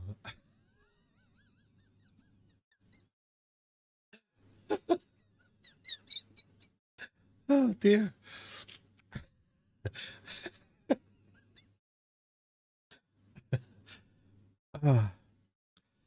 So, that is Jean-Claude Van Damme, and a small spherical portion of ground or minced meat is a meatball. Jean-Claude Van Damme meatball.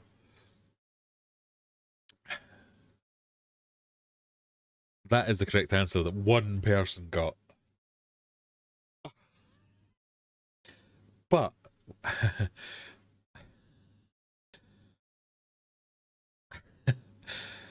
this one, you're getting some points for that. Man got meat in trousers. Van Damme mince. What? Where are you going with that one? Van Damme mince. Meatball shuffle is just meatball shuffle. V and mince. Meatballing dance moves. I mean, I like that. Oh, well, I mean, is that a technically correct? We think that's I think that's technically correct.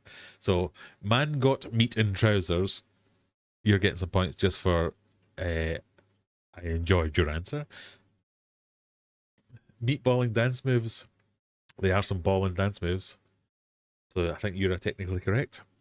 So, that's another rule of answer smashes. If you're technically correct, you get extra points. So, I'm going to give you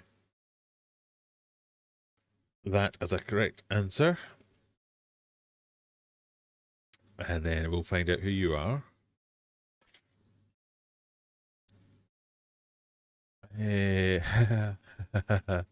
Sorry, I enjoyed that. Man got meat in trousers. Teresa got it. Teresa never gets a technically correct. Oh no, that to be fair, that isn't technically correct. That's just I enjoyed your answer.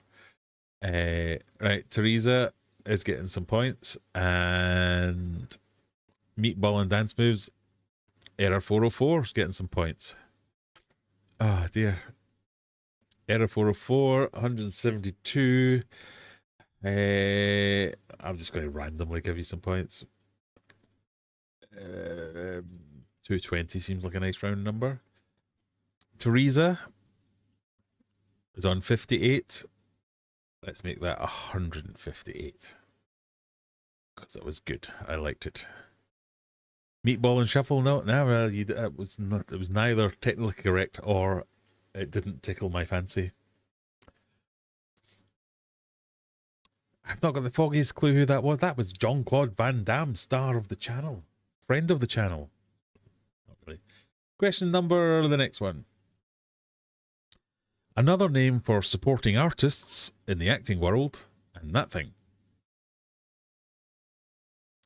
Another name for supporting actors in the acting world.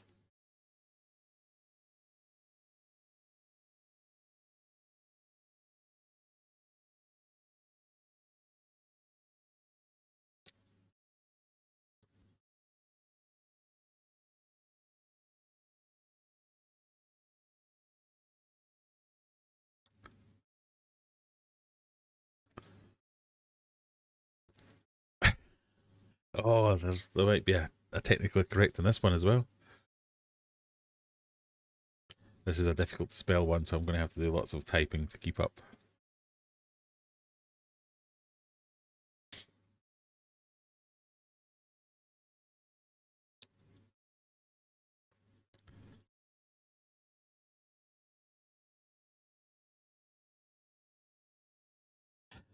Back to my wine.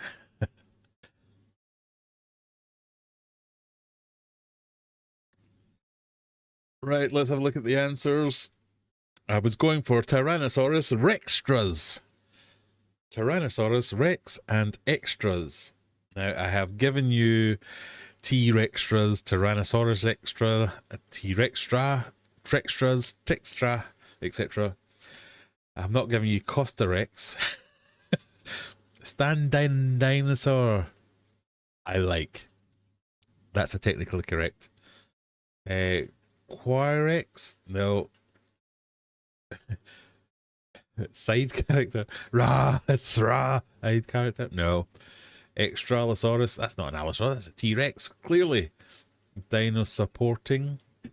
Close, but no cigar. Bacchosaurus? No, stand-in alike. You're getting that correct and some extra points. Tyrannosaurus extras. A stand-in dinosaur. Let's see who that was. Oh dear, my nose is all blocked from laughing. Stand-in dinosaur is meh. You are technically correct. Meh. You are on 129 points. I'm going to give you, let's call that 130 plus 50 is 180. There you go. I know I'm a little bit random with my point allocation, but meh, it's my game. Question number 5. Lead singer of Blur and Gorillaz and that guy.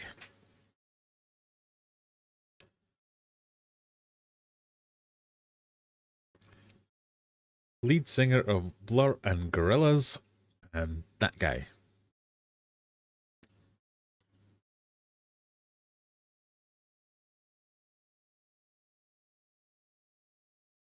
Now, when writing this question,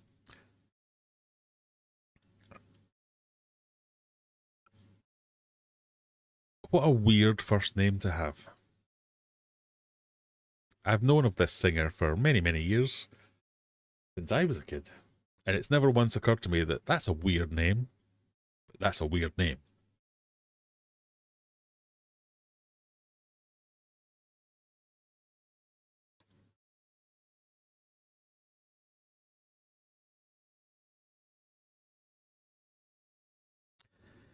Lead singer of Blur and Gorillaz is Matt. No, it's not. It's Damon Albarn, and that is Matt Damon. So the answer I was looking for was Matt Damon Albarn. Damon. Damon as a first name. Damon. Never realised that was weird before, but it is. Matt Danom Albarn. That's clearly a misspelling. I'll give you that. Matt Monster under the bed. A human. Woohoo! Professional somebody. Matt Damon Eagle. Matt Albarn. Taken. Oh, because I have a particular set of skills. No. I mean, that's pretty good. 4 of you got that one. Well done, 4 people. Error 404 is in the lead with 295 points. Stevie P on 242 points. Met is in 3rd place with 180 points. How long is it going to take for Darijan to lose all his points? Well, he has to really upset me to lose all the points.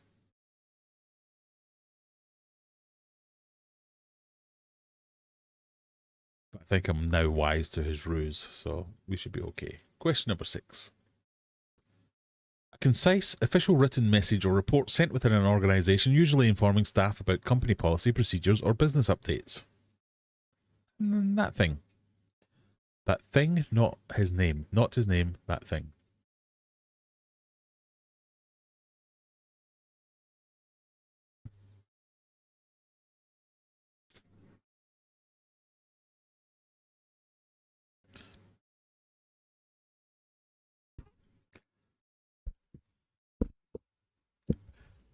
Someone's losing points.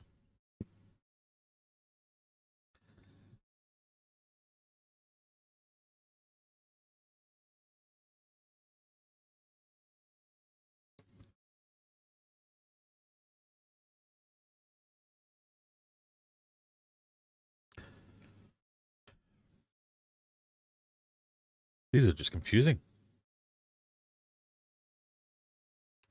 Mouse.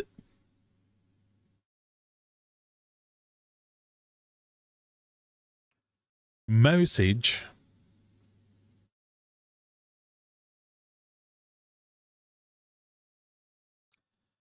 I was looking for memo, a concise or official written message or report sent within an organisation, usually informing staff about company policy, procedures, or business updates, is a memo, and that is a mouse. More specifically, that is a mouse called Jerry. And I said specifically, it's what it is, not his name. So not only have you got that wrong, ignored my instruction, you've also called him the wrong.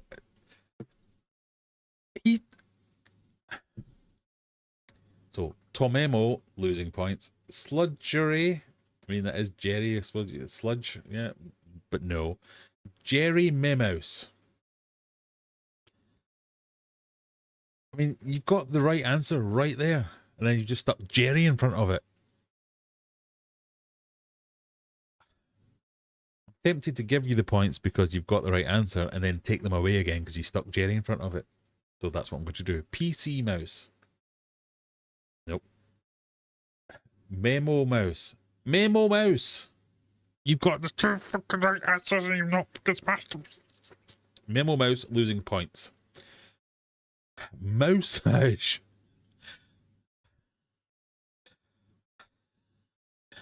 Letter Mouse is just Letter Mouse. That's got to be Teresa. Mousage. Losing points. Memo Mouse. Losing points. Breaks even. Losing points.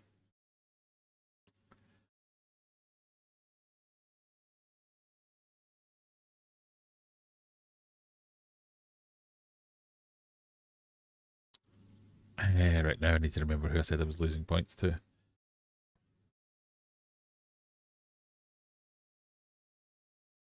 Mousage is Amrinder. Letter Mouse is Bandit. Memo Mouse is Katie. Katie, Bandit, Amrinder.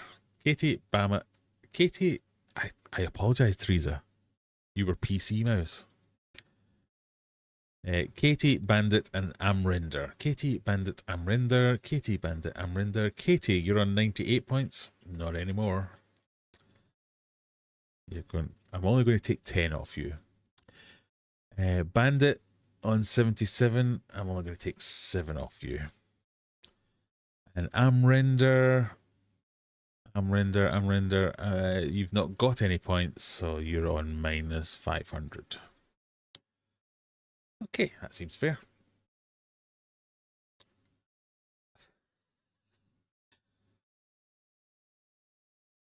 Yeah, let's go with that. Question 7. Similar to a guitar, but smaller with only 4 strings. And that thing. Hey, you never know, I might give you 600 on the next one if you get it right. Similar to a guitar, but smaller with only 4 strings. What's that called? And this thing. What could that be representing?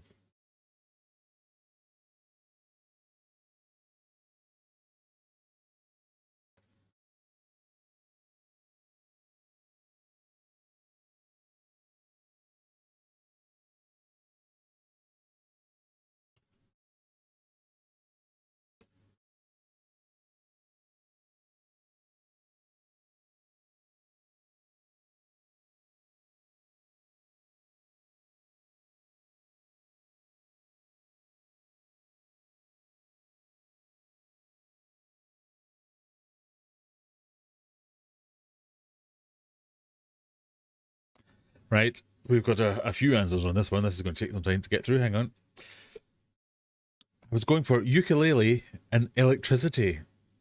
Ukulele and electricity. Now, ukulele is an awkward word to spell. Bass strike. I mean, similar guitar, but smaller. Bass guitar is usually bigger than a normal guitar. Although that could be a lightning strike and a bass. We'll give you no points gained or lost. Violightning. No. Strike-a-lele. I mean, I get what you're going for, strike and ukulele, but you've not smashed that. You've taken letters off of ukulele. So no. Banjolt. Banjo, I like banjolt. A banjo is similar to a guitar and is smaller with 4 strings, and that could be a jolt. Banjolt might get some free points. Violinion. Well, is that technically correct? Violin is similar to a guitar in that it's a stringed instrument. And that is neon. Bass hole, no.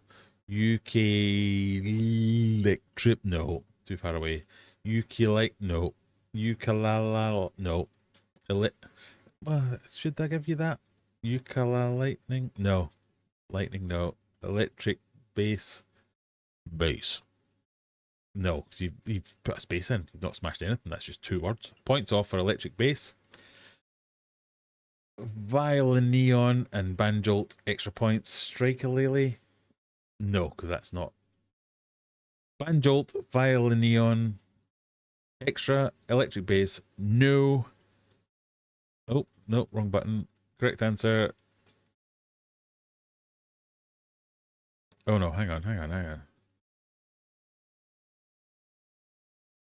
Ugh, all over the place. Banjolt. You have to be added to the correct answer. And violin neon is a correct answer.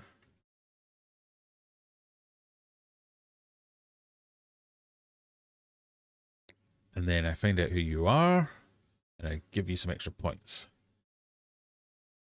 Banjolt. Banjolt Stephen P. What was the other one?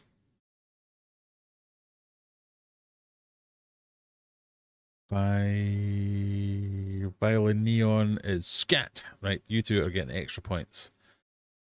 Stevie P and scat. 361 Stevie P's on, extra points. 362?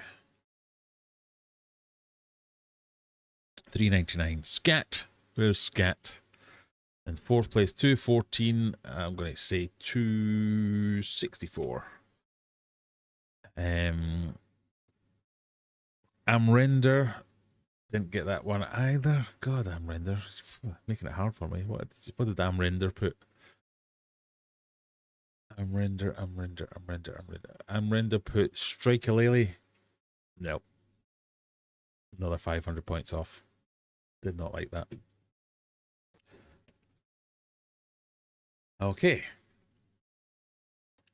Banjo has 5 strings. Oh. Is that technically correct? Not technically correct. Who said banjo? Banjo has 5 strings.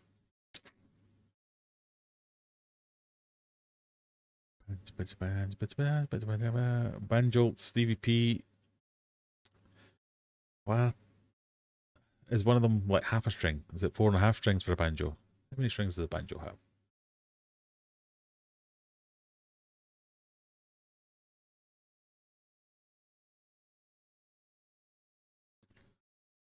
Banjos have 5 strings. I mean, it's there. 4-string banjos used for jazz. Oh, jazz. Don't like jazz. Nah, I'm going to let it. That can play. Jazzists have 4-string banjos. We're going to leave it. Don't worry, Stephen. You're fine. Kathleen says Yuka Lightning fits. Well, it does, but that it's not a ukulele. It's a ukulele. Jazz is technically music. Oh, technically, it is technically music. I mean, it's bloody awful. All right, you can have an extra point for being technically music. Question number 8. The smallest building block of ordinary matter, don't split it. And that thing. Oh, I'm not showing the screen. Hang on. There you go.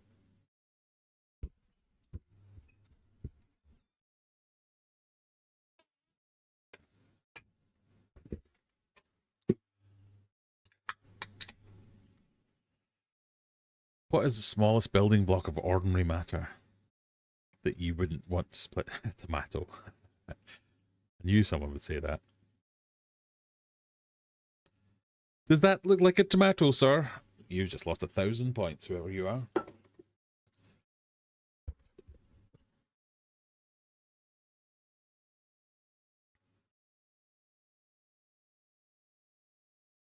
Oh, someone spelled potato with an E. That's going to lose you some points as well. I was going for potato and atom. Potatum. The correct answer is potatum. A tomato, I mean, that is a answer smash, so I will not take points off you. You're just wrong. Neutrino onion. I mean, neutrino and onion, you have answer smashed, but it's not a neutrino or an onion. No. Quark spud. That's not even an answer smash. Points off. Floating potatum. Just, you hadn't put floating. Well, technically, it's still correct. It is a floating potato. An atom. Oh, no, that's fine. Floating potatum, you're technically correct. Right, technically correct.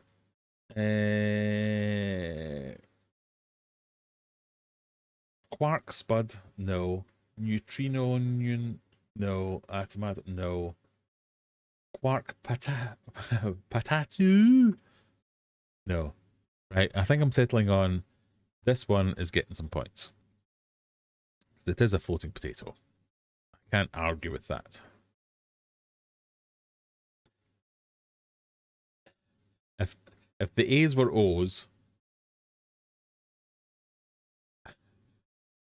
if that A was an O, potato, I would take points off for spelling with an E. Tomato, close but no cigar. Neutrino onion, no. No. Quark spud, points off. That is my judgment. Quark spud is Ross, points off. And who was the one that said that got extra points? Floating potatum is Error 404. Error 404 is on a 416. I'm going to say you're now on 456. For no reason at all. And Ross Albatross, you're on 215. Did not like your answer. 214. Amrender's on minus 1,000. What did Amrender go with? Let's have a quick look. Amrender went with a tomato. I mean, you got the answer smash bit right. So you did at least answer smash, so I won't take off another 500 points.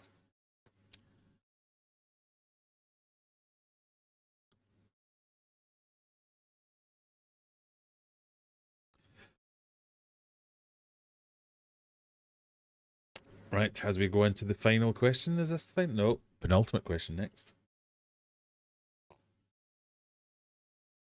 Error 404 is mysteriously in the lead.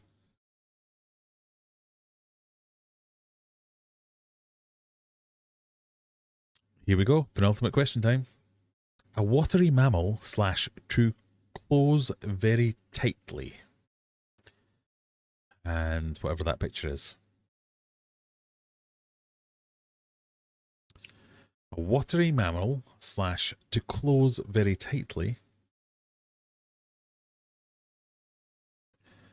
Amrender, if you get this one right, I'll give you 1,010 points back.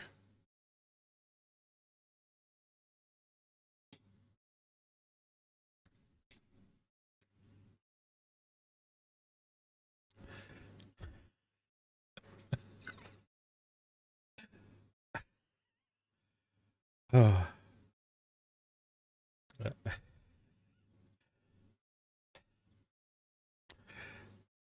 One of these has tickled me more than it should have done.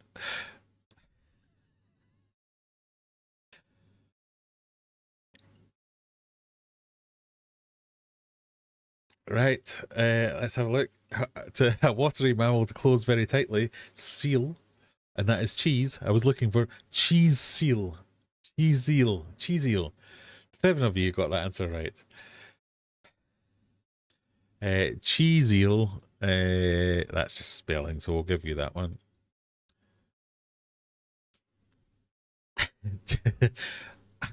I'm tickled by the idea of a cheesy whale.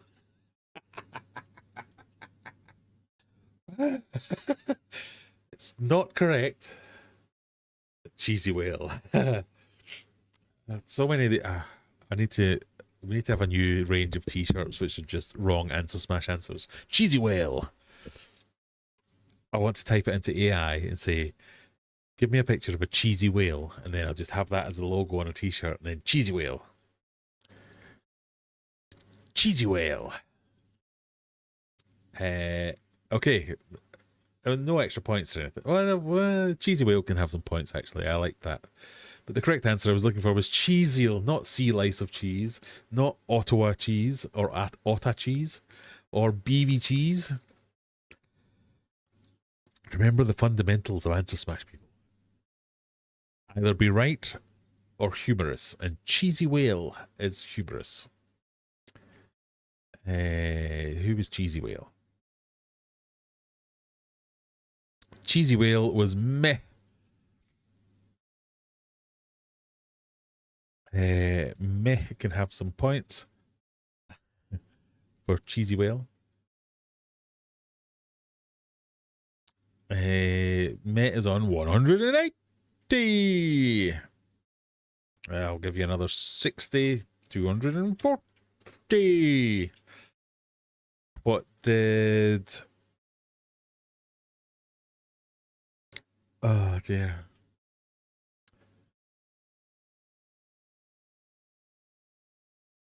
Amrender went with Amtomat. No, that's the last question. Amrender... Has Amrender gone home and a half? Oh, Amrender's not playing anymore. I was going to give you 1,000 points for that one. But no, here is the gambling question. The final question. It's not going to be any tougher than any normal question. It's same random toughness, but it will be a gambler. Good luck, everyone. Here comes your useless clue. There is no useless clue. The useless clue is meant to be...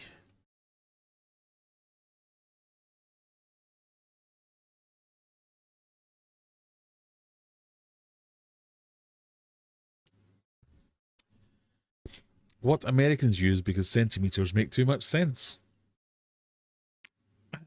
That stuff.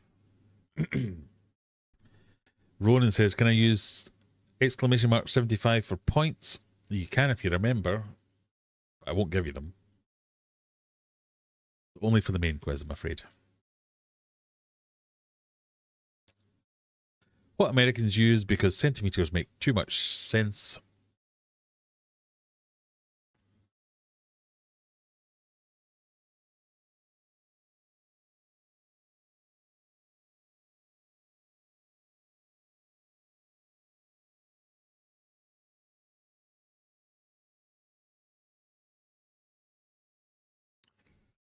At least two of you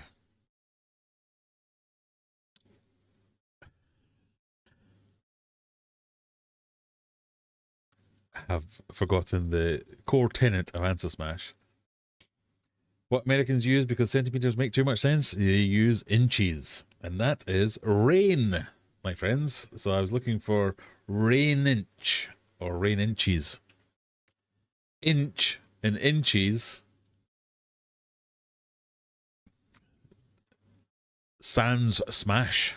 So no. Points off. Inch rain is inch and rain. That's adjacent. Answer adjacent is not answer smash. Dribble meters. No. EA Sports is in the game. Don't know how to. So bye-bye all my points. Kilometers. No. No. Americans don't use kilometers. Do they? No, that's all kinds of wrong. The answer I was looking for was range. Range. Range. I would have accepted ranges, and I did accept it. Hang on. I want to look and see who put inch in inches, because I'm going to take some points off you, because I'm a evil bugger. In fact, kilometers, Harley. That's just all kinds of wrong. Inch rain. It's answer adjacent. But at least you tried. Inches an inch. Inches an inch. Inches an inchy. Tracy inches. An inch Daddy Jan. Yeah.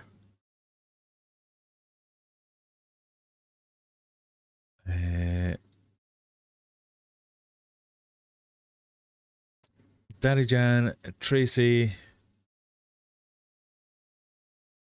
Gonna have to make some final adjustments. Render's gone away.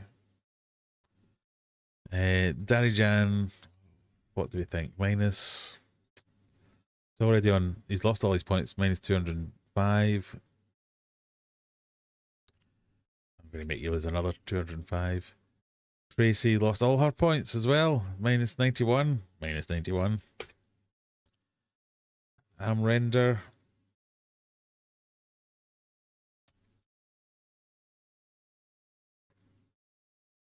$1,000 points.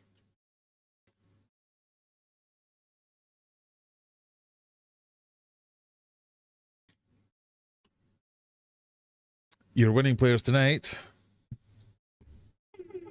In third place, we have Scat with 832 points. In second place, Render with 1,000 points.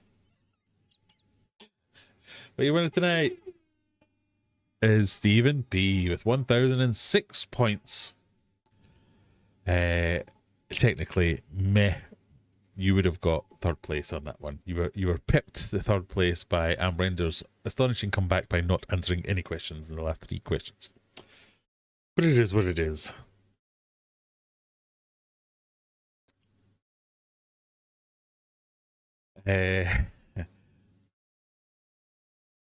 I'll get my coat. How hard is it to remember 12 inches to a foot, 3 feet to a yard, 5,280 feet in a mile? I mean, yeah, you've got a point, Stephen. Mine was inches, but I hadn't typed the bit on the start before hitting say, my incompetence reaches new level. I mean, mistakes happen. That's all we can say. I have those points in it. Oh, you got in second place, Render. Well done. 5th place for Bandit Aquatics. We all need to finish somewhere. You've done well. Teresa, I've done amazing. My son helped me. You did do well, Teresa. I thought that was particularly competent. I enjoyed that. They do use miles. I was quite right about that. Right, everyone. I've bored the bejesus out of you all talking about YouTube again. If you want to see more of that, come the end of June maybe, I might be on Tracy's channel, having talked about it more coherently, potentially. But it's been fantastic having you all tonight. Delighted for Render. I'm delighted for Render too. I mean, Answer Smash is a very technical game, and sometimes the scoring systems, it's hard to grasp the nuances of it all. Sometimes there's swings, there's roundabouts, there's flows and ebbs. It goes all over the place. It's hard to figure it out. So thank you all for joining me though. It's been lovely having you here. If you haven't yet, before you go, if you could give us a wee tickle on the like button, that'd be nice. We did have a peak of, what was that, 60 people? 64? Can't see that. It might be 54. I have no idea. But the 29 of you that are left, you're the real winners. Thank you very much, everyone. Have a wonderful night. If I don't see you through the week, I'll see you through the windy. I would love it if you went and watched some of my videos. And I appreciate all of you. You've done fantastically tonight. Pat yourselves on the back. See you, same time, same place, next week. Bye.